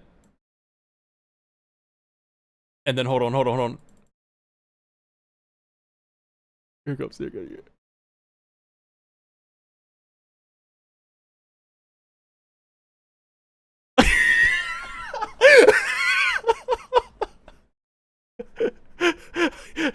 hold on, I had to use the menu real quick. My bad. I had to use the menu. Just gotta use some potions or I'm poisoned. Because everything in this damn game poisons you. Oh, Werewolf man. poisons you. Better Why? stock Why up does on a them werewolf antidotes. poison you? Man, I don't know, man. It's been just gnawing on a freaking poison apple or something. I don't know. For future players, if the enemy is green, it's probably gonna poison gonna you. poison Just a you. heads Oh, up. yeah. Just make sure you stock up on antidotes. It's just that's the. Yes. Yes. Dude, I have a note here. Literally, Final Fantasy 1 teaches you the most important life skill of all is knowing when to go back to town because you forgot to buy antidote. Because you need more antidotes. I mean, man, it's brutal. Best word of advice if you have mages on your team, do not be shy. Stop in every time you're passing a town, even if you don't need to go in it, go rest at an inn because it's so much cheaper than blowing through 10 ethers to fix up your mages. It's true. That's actually I had to Expensive go little back to the bastards. inn quite a bit, right? Like that was kind of cool. I don't know. I like that aspect of the exploration. Like really it kept you going into town. Yeah, you had to keep the towns were very important. So And I loved almost all of them. Just not Elf. just not. I have a feeling I know which one you didn't like. I have a feeling. Why do I have a Intuition. feeling this is gonna be like an ongoing bit? Like it's gonna be Elfheim, and then there's gonna be some sort of town in Final Fantasy 2 that you don't like or something. I don't know. It's We'll It's called see. Elfheim will Elfheim. keep It's Elfheim 2. 2.0. This is What? Yeah. Wait, what movie is it from? It's not good, but what movie? God, I think it's Joe Pesci or whatever. And he's like, "What the heck is this piece of shit?" It's just like looking. That's me when I walk up to Elfheim every damn time. What's is it? that one. It also had dark the dark elf Astos, man. Like Mhm. Yeah, he should have taken it over. It'd probably be better. the played. sleeping prince. He should probably take it over. Yo, this game had everything, man. We had elves, dark elves. We had the mermaids that came up to the shore, man. That was crazy. We went underwater. There was a whole dungeon underwater, man. There was freaking a dungeon in the sky. There was a dungeon in a volcano. This game is really cool, man. This game is really cool, everybody. We had to go through Earthen Cave twice for some reason. I don't know. And you know, if you made the fatal error of going down the Hill Giga's hallway, where every single tile in that hallway is a fight. That's true. That is true. Yeah, there was. Oh, and man. You realize halfway down, and you're like, "Oh, I'm gonna go back," and then you have every single because you're like, I don't know how long this damn hallway is. I'm gonna die. Man, they hit hard. Teleport. Veto. Veto. So teleport is a very good spell to get, but you can't get it as a normal black mage. It's a level 5 spell that you need to masterclass up to, and you know it would be super helpful to have that in a lot of those tunnels and everything, but you know, I didn't know that until this most recent playthrough, because I was like, I'm gonna teleport out of here. And so I go, and I'm like, before I go to fight the Lich, I'm gonna buy teleport. I saved a level 5 slot for that, and I was like, yeah, all right, cool. I'm gonna go down there and everything. And you can buy every level 5 spell but teleport. And I was like, why can't I do this? I was I was pressing buttons. I was like, why can't I buy this? I don't want to go into this cave without teleport. And then I realized, I need to be a black wizard. Yeah. You are unfortunately meant to feel that pain. We all have to go through that. And I don't think we really talked about that going to Bahamut. That was basically your only side quest. And I think I was thinking about having a ranking for side quests, like the best side quest in the game, or either that or just kind of focusing on mini game, like best mini game. Oh, obviously, best side quest in the game is definitely Bahamut. Yeah, I mean that's it's kind of like close, but it's kind of the answer. But there is the Dawn of Souls and the PSP version that added the what was the tower? It was a tower where it was kind of like a challenge tower. Well, so each dungeon, so the Earthen Shrine, Mount Gulg, all that stuff, after you've defeated the Fiend, you can go back and fight 2 bosses. I believe Earthen Shrine had 2 bosses. I think 3 of them. Yeah, Earthen Shrine, the Sunken Ruins, and Mount Gulg had the extra bosses. Gilgamesh was one of the extra bosses. Nice. Omega was a super boss, and then Shinryu was also a super boss that you can do as like extra content and everything. And then there was another port of Final Fantasy 1 that had like a tower, where you could fight like Doom Train, and like every so many floors you could fight a boss from a different Final Fantasy, and I thought that was really cool. Yeah, it was like a challenge tower. It was almost what was the I don't know what it was, but yeah, very cool stuff there, like a boss battle run. That's only in either the PSP or the Dawn of Souls version of the game. It's not in the Pixel remaster, which is kind of disappointing. I would love to see them update this, but I mean the game's been out for a while now. I don't know if they would, but I'd love to see some DLC to bring these bonus levels in. Well, the cool thing about Dawn of Souls is I believe it's on iOS and Android as like something you can buy, and then also there is a iOS like official emulator that you can play Game Boy Advance and I think some PlayStation PSP games on the emulator on the phone as well. So if you Final Fantasy 1 has just become very easily accessible through, you know, Game Boy or your phone, or like running whatever on your computer. If you have an emulator and you do it the legal way and all that stuff, of course. With you no piracy and all that stuff. Piracy. No Captain BK. No BK in here. You get that. You get that. Remember, he turned his life around. He would not do that. Remember, he quickly changed his mind. So I'm gonna be honest. Yes, I'm a good man now. Vinny, Mm. it's so accessible that you could play it on your Panasonic FOMA P900. Bear in mind, Let me you know want to how make far sure you get. Yeah, well, you make sure all your buttons work. New challenge run. Yeah, you can't go up. Yeah, the Good only luck. up challenge run for The Final only Fantasy up. 1. Yeah, only up challenge Now run. that I'm thinking about it, I think it might have been only down, which is even because all you can do is just You walk. can't like even 10 get into steps out. Cornelia. You can't even All get you can into do is Cornelia. refuse the main storyline. No. You can go right or left into town. Oh, that's true. You can't go up to the kingdom. So yes, it is to correct my story. It was only down. Only so I can down. either go to town or I can go down and hit the shore. And if I hit the shore, there was no going back. No Garland today. So we You were not gonna- we talked about the airship, right? That's what you talked about. That music made Mm-hmm. you happy and everything, even though you were frustrated. But I don't think we talked about our favorite moment. I want to kind of talk about our favorite moment before we kind of close out the show. What was the moment that stood out to you guys the most? And the reason why I referenced the airship, I think that's my choice. Like when the airship rose out of the desert and you actually get to fly around this world. I think that was probably the best moment in the game for me. Mm-hmm. What do you guys think? What about you, Excalibur?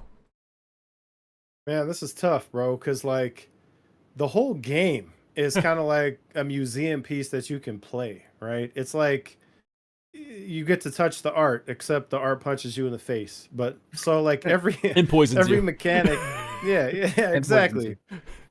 I mean, so everything in this game, you can kind of like look at it and go, oh, so that's where it comes from when playing a later Final Fantasy or even, a bunch of other RPGs. So it's kind of a blueprint, right? In a lot of ways for where RPGs went. So picking a single moment is hard. Like I do like the airship moment. It's kind of like a mini little cutscene, like an Yeah. exciting. The ship comes up, it slams back down. You hop in it, and it goes lightning fast, way faster than any method of travel you've seen so far. What's up, Lee? It just pisses me off that you can't land the thing in the sand. You get it from the sand. Why can't you land it in it? Damn it! There's no going back. There's no going back. Like, you have no idea. Sand gets everywhere. I hate it. The ship's Anakin. But, It's coarse. Continue. I had to point that out because, man, did this game frustrate me in all the best ways? I actually loved how much it annoyed me at times. I was like, I'm gonna land in the desert. No. Dude, I actually yelled at the TV because I was streaming something like, what do you mean I can't land the ship? I think you in should the record. sand? You need to record your streams, and maybe we'll use them on the maybe we could use it. Like Dragoon King plays Final Fantasy 2. Oh my god, I can't wait for Dragoon King plays Final Fantasy 2.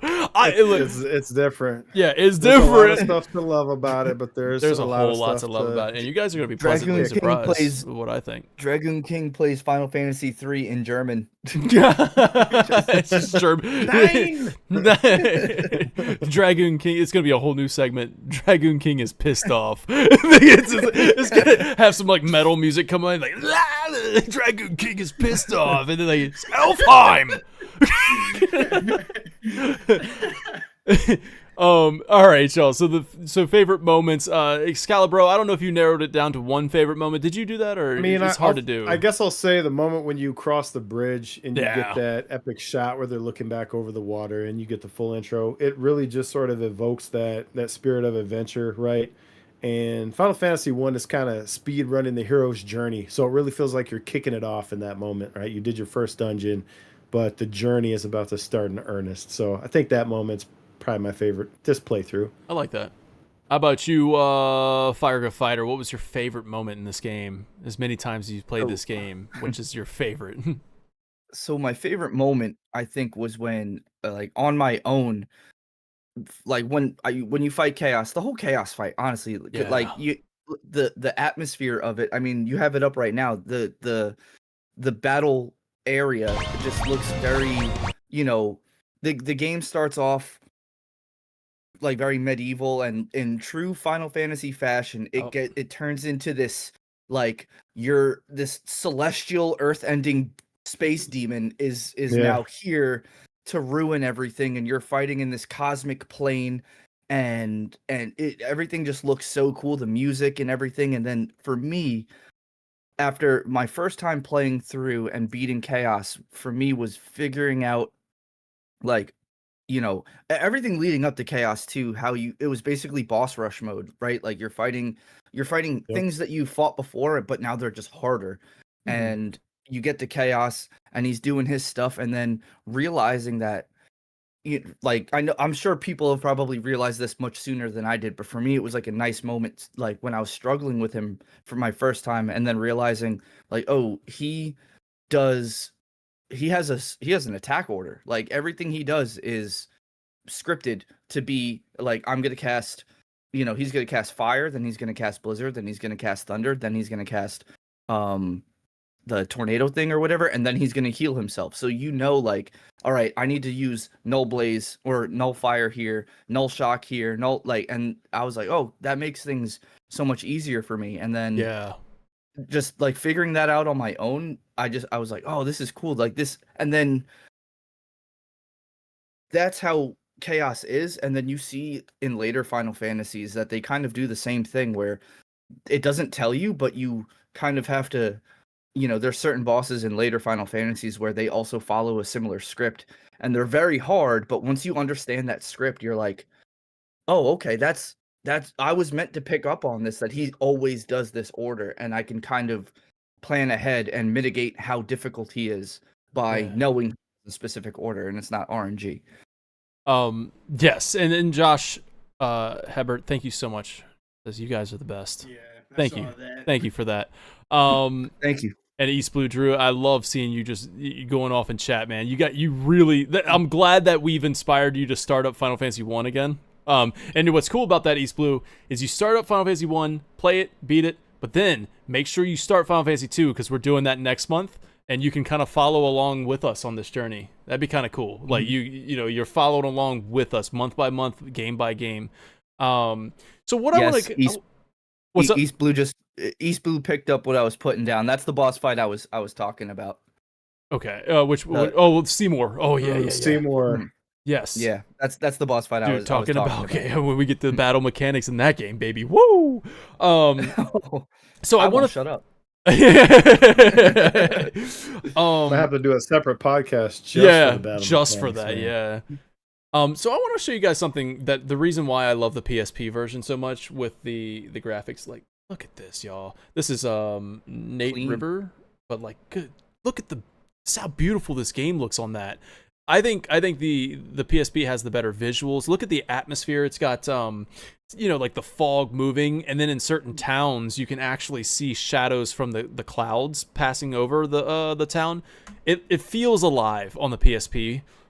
So I would love to see another re-release of Final Fantasy 1 with the PSP, but with the gameplay of Pixel Remaster, or maybe there's a mod. I don't know. Somebody's got to be able to do it. There's a mod for everything. But yeah, and then like check out the boss battle on the PSP. Like that's Chaos looks freaking epic. I love the character models. Yeah, but like Chaos looks freaking crazy on the PSP. And then they kept the crotch face. Yeah, the little whoa. Okay.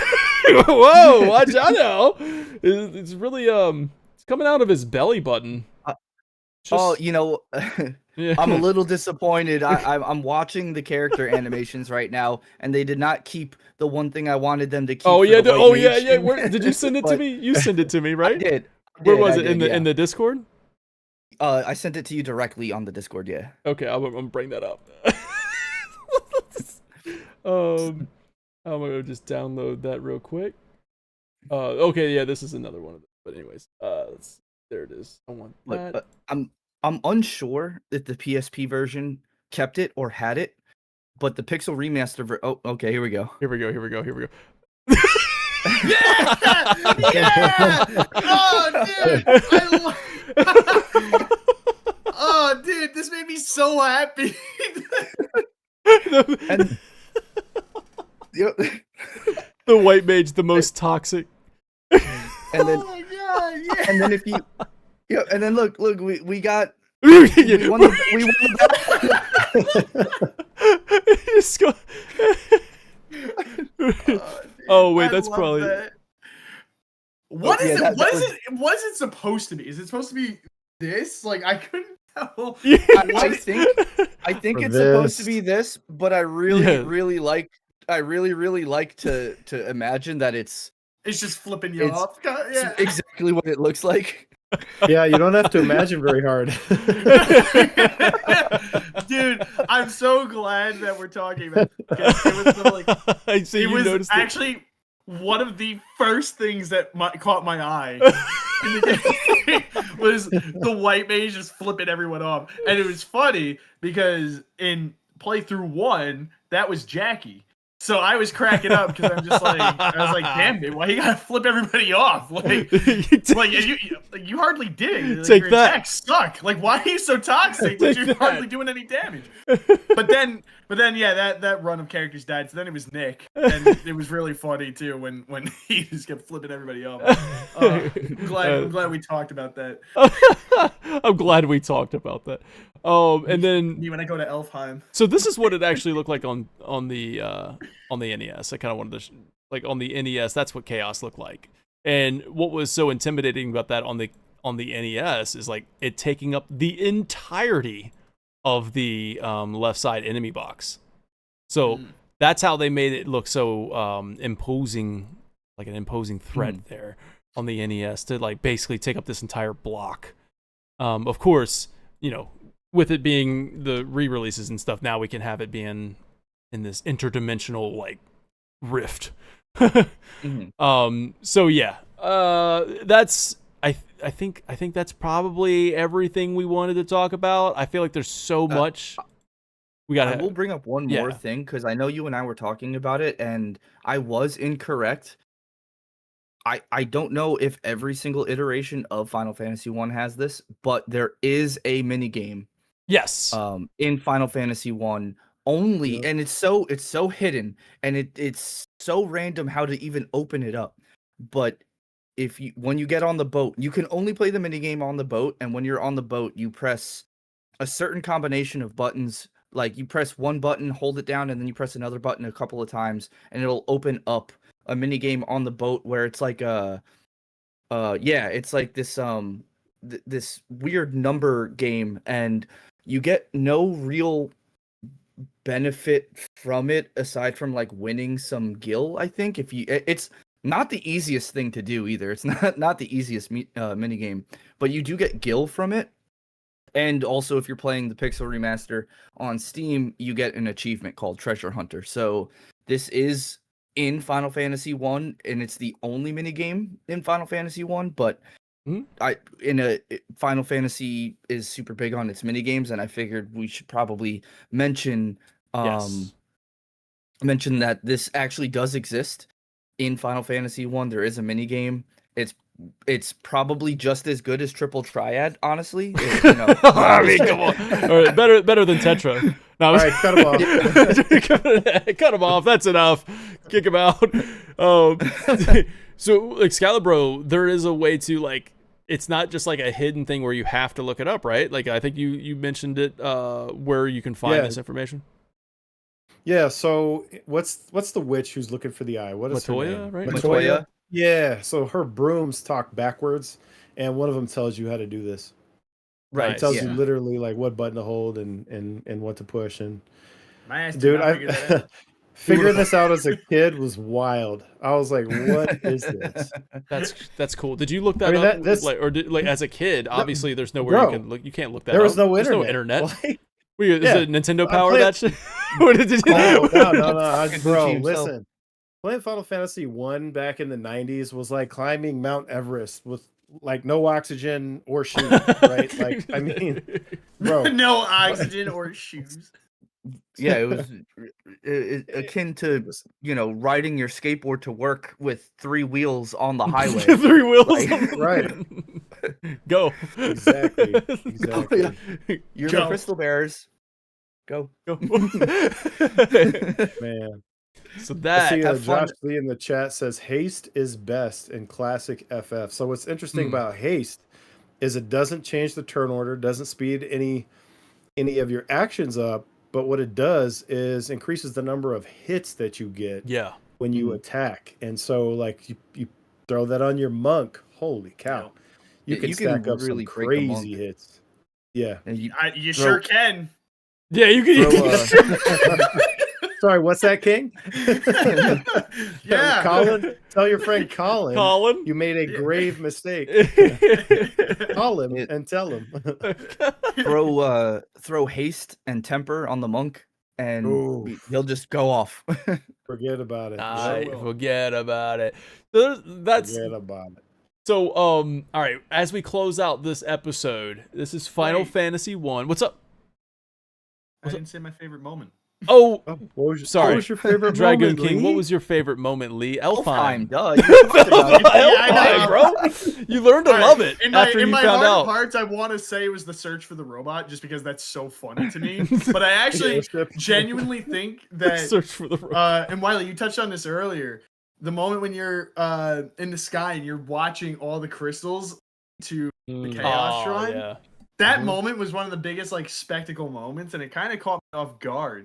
I wasn't expecting them to kind of have that level of cinematic impact in a game this old. So for them to do that, it felt not only a bit ahead of its time, but it just was really cool. Oh yeah. And how it again roundabout back to Garland, because when you fight him at first, it's so funny because like with the knowledge of Strangers in Paradise, I know enough about what's gonna happen with him. But it was weird because I really thought that Garland was going to be more recurring. Yeah. You know, like I just had this impression. I was like, oh yeah, like almost like a Saturday morning cartoon villain where we'll come across him again outside of Elfheim or outside of Mirage Tower. No, you just defeat him, and honestly, I was extremely underwhelmed by him. Up until the lines pointed back to the shrine, and I'm like, oh, it leads back to that bastard. And it was just cool. I think that it caught me off guard for just like what it did, and on top of that, just it kind of showcased why this game I think is so beloved, why people say that, I'm looking at it now, and it is funny when we compare it to Final Fantasy is going to become down the road. I mean, even just looking 6 entries later at 7, 7 entries later at 7, you're seeing just how far we can really push narrative storytelling games, especially on limited hardware and stuff. This is why I'm really excited for next month. So like Final Fantasy 2, and this is a little teaser. Final Fantasy 2 kicks that story like as in the forefront, puts the story up front and center. So I'm excited to see what you think of that. And I'm excited too. Yeah. I think it's funny because when I look at this game, it like a lot like the where it starts and where it ends are really strong. And I'm not gonna say the middle sometimes just like this game really evokes the feeling that I'm playing a DM is just like, yeah, all right, you met some pirates. He gives you a boat. Like it just feels like it feels like a DM who we made a turn that he wasn't expecting. So now it's like he's just making shit up as we're going along. Like it's just like you weren't supposed to be here. Hey, go find the robot. Go find out where the eye is. And he's just like pulling over the dark elf. Hey man, it's a master class in minimalist storytelling. I mean, you literally have there's no tutorials, right? There's nothing like that, but you literally have here's a king and a princess and some crystals and an evil guy. Go fix it, right? And like that's it. And I like how each town like had its own little problem. Like Astos and the Sleeping Prince, Elf Prince, and then like the mermaids and like the every little like Bikke, the pirates and all that were taking over. So like there's all like these little tiny little micro problems going on that tie into the bigger problem or the bigger goal, like the crystals and stuff.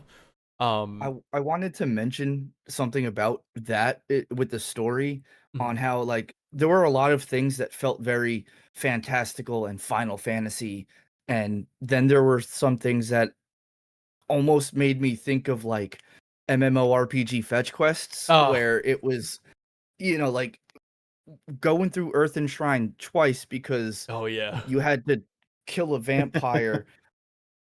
What was with the vampire? Like, What's with the vampire? and then you kill the vampire, and then you go to this old dude's underground house where he's just like, "Oh, you killed the vampire. You need this though." And then you're like, "Who are you? Why?" Bro, I love that the giant in the cave says, "You shall not pass." Oh yeah. And then That's- he just That's awesome. eats a precious gem like an apple, and Right. then Yeah. literally the Walks through sleeping wall. prince that was in a coma for 5 years Yeah. that nobody knew what to do about. The cure for that curse was an energy drink. Was Right, it have some energy? coffee. Jolt tonic. Yeah. The energy drink woke him up. That's the Right. DM scrambling Boom. again. Exactly. Yeah, It felt like the DM wrote a really compelling start and a really, really awesome ending. Yeah. And in the middle of the journey was just like, We need oh you to- shit, how do I get them? Yeah, Yeah, we how do they get there? Like, okay. But Sure, I don't think it's bad. I think it's No, comically I don't think it's bad. good. Like That's that the stuff. point. You're so many. I was just like, why is there a vampire? Oh, Like, what does he have to do with anything? But it's like funny because I'm like, Yeah. oh, okay. Okay. We'll just Sure. the you know, dra- I'll have my white mage flip him off a couple times and he's dead. 'Cause, he's an undead character. Yeah, So. the dragons all looking like Charizard and the pixel remaster, like, and then going across Bahamut caught me off guard too. That was a pleasant surprise. I was expecting to have to kick his ass, and he's just my. I was Yeah, like, he's a whoa. Man, He's a homie. Yeah. Lee, like- you know what I can't get over is that for some reason you expected when you got that class upgrade that your hygiene was going to get upgraded. You went back to the fountain and looked at it. I don't Like, know, that's not 'cause- how it works. I always looked at the fountains, and then they all said the same thing. They're like shit. Yeah, It's man. like- Clean up, bro. Bro. And then Still haven't like, washed my face. right, and so I go get a rat tail and I give it to Bahamut, and he's like, Just "Yeah, get a you're rat brave, tail? I guess." DM is scrambling. I need a Right, rat tail. right. All right, That's you a need a great- rat tail. No, And it's like you need to tell me I had to go all the way there to get that. Like I couldn't have just gone to like Elfheim and like. you didn't want to go to Kill the Elfheim. Bahamut knew. So like I He thought knew. that was kind of cool, running into Bahamut like as like a optional thing. Like you don't have to do that. Wait, that's optional. I didn't even Yeah. clock Yeah. that. Yeah, that's I didn't optional. even realize that was yeah. optional. That's the side That's quest. so funny. That's your only side quest. Yeah. Your Oh, only... interesting. Oh, wait. This was almost a favorite moment, but I went back to the Chaos Shrine, and then I stepped in, walked to the wrong room because I think you're supposed to go to the right when you. Oh, your you know, mic is whatever. gone. Like You cut out. you cut out for Oh, like no. for a while on that one. Wait. Am I good now? Yes, I think. Yes. Okay. I was gonna say the adamantite or whatever. Oh yeah. That was really cool because when I got that, I actually completely forgot about it. And I stepped into the Chaos Shrine and I was looking at all my items. And I accidentally hit key item, like to look at the key items. And I saw it there and I'm like, who wanted that again?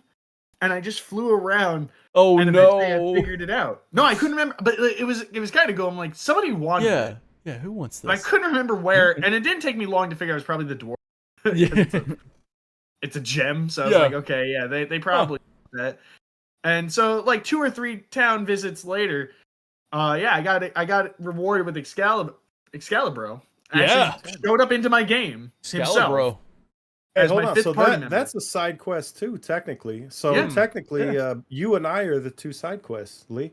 Yeah, Oh yeah, the dude, Dragoon King. I popped off when I saw Dragon King. I actually took a Dragon photo King. on my phone. I'm like, oh, it was like. It's me, kind of. It's Kind of me. It's me. So yeah, we are Final Fantasy. Yeah. That's true. We are You heard Final it here, Fantasy, folks. and and you're gonna get a lot You're more. gonna hear first. You're gonna get a lot more Final Fantasy from us because this. Oh well, as Final Fantasy 1 puts, and so our journey begins. All right, we finished Final Fantasy 1 in review here. This reviewed and ranked. Obviously, there's nothing to rank it against, so I don't have any cool graphics to show you on the ranking list yet. I will have it next week, because we're going to be ranking during the show. We'll just kind of drop our rankings for like the battle system and things like that. Next week. Sorry, next month. I'm not playing Final Fantasy 2 in like Get 6 on days, it, bro. get on it, get in there, bro. Speed run time. Yeah, next month we'll have Final Fantasy 2, and we're gonna do we'll have the nice little ranking stuff up there. But as of right now, Final Fantasy 1 is number 1 for at least a month. So we will be back next month with more Final Fantasy reviewed and ranked. But if you just can't get enough and you want to watch us weekly, Final Fantasy VII Remake Part 3, our FF7R Part 3 hype casts continue weekly. So lots of love here on Final Fantasy TV. So why don't you consider equipping a subscription? You guys like that? Equip the subscription. You know? Oh yeah. Cast some hype in the comments. Cast a magic spell. Cast High hype. potions. Hype. Attack that like button. Attack the like button. Use your command menu right now and do all of those things. And then, as you can see, if you want to support, it's been up there the whole time. Patreon.com/FinalFanTV. Become a Final Fan TV party member. And until the next time I see you, well, you take care now. Bye-bye then.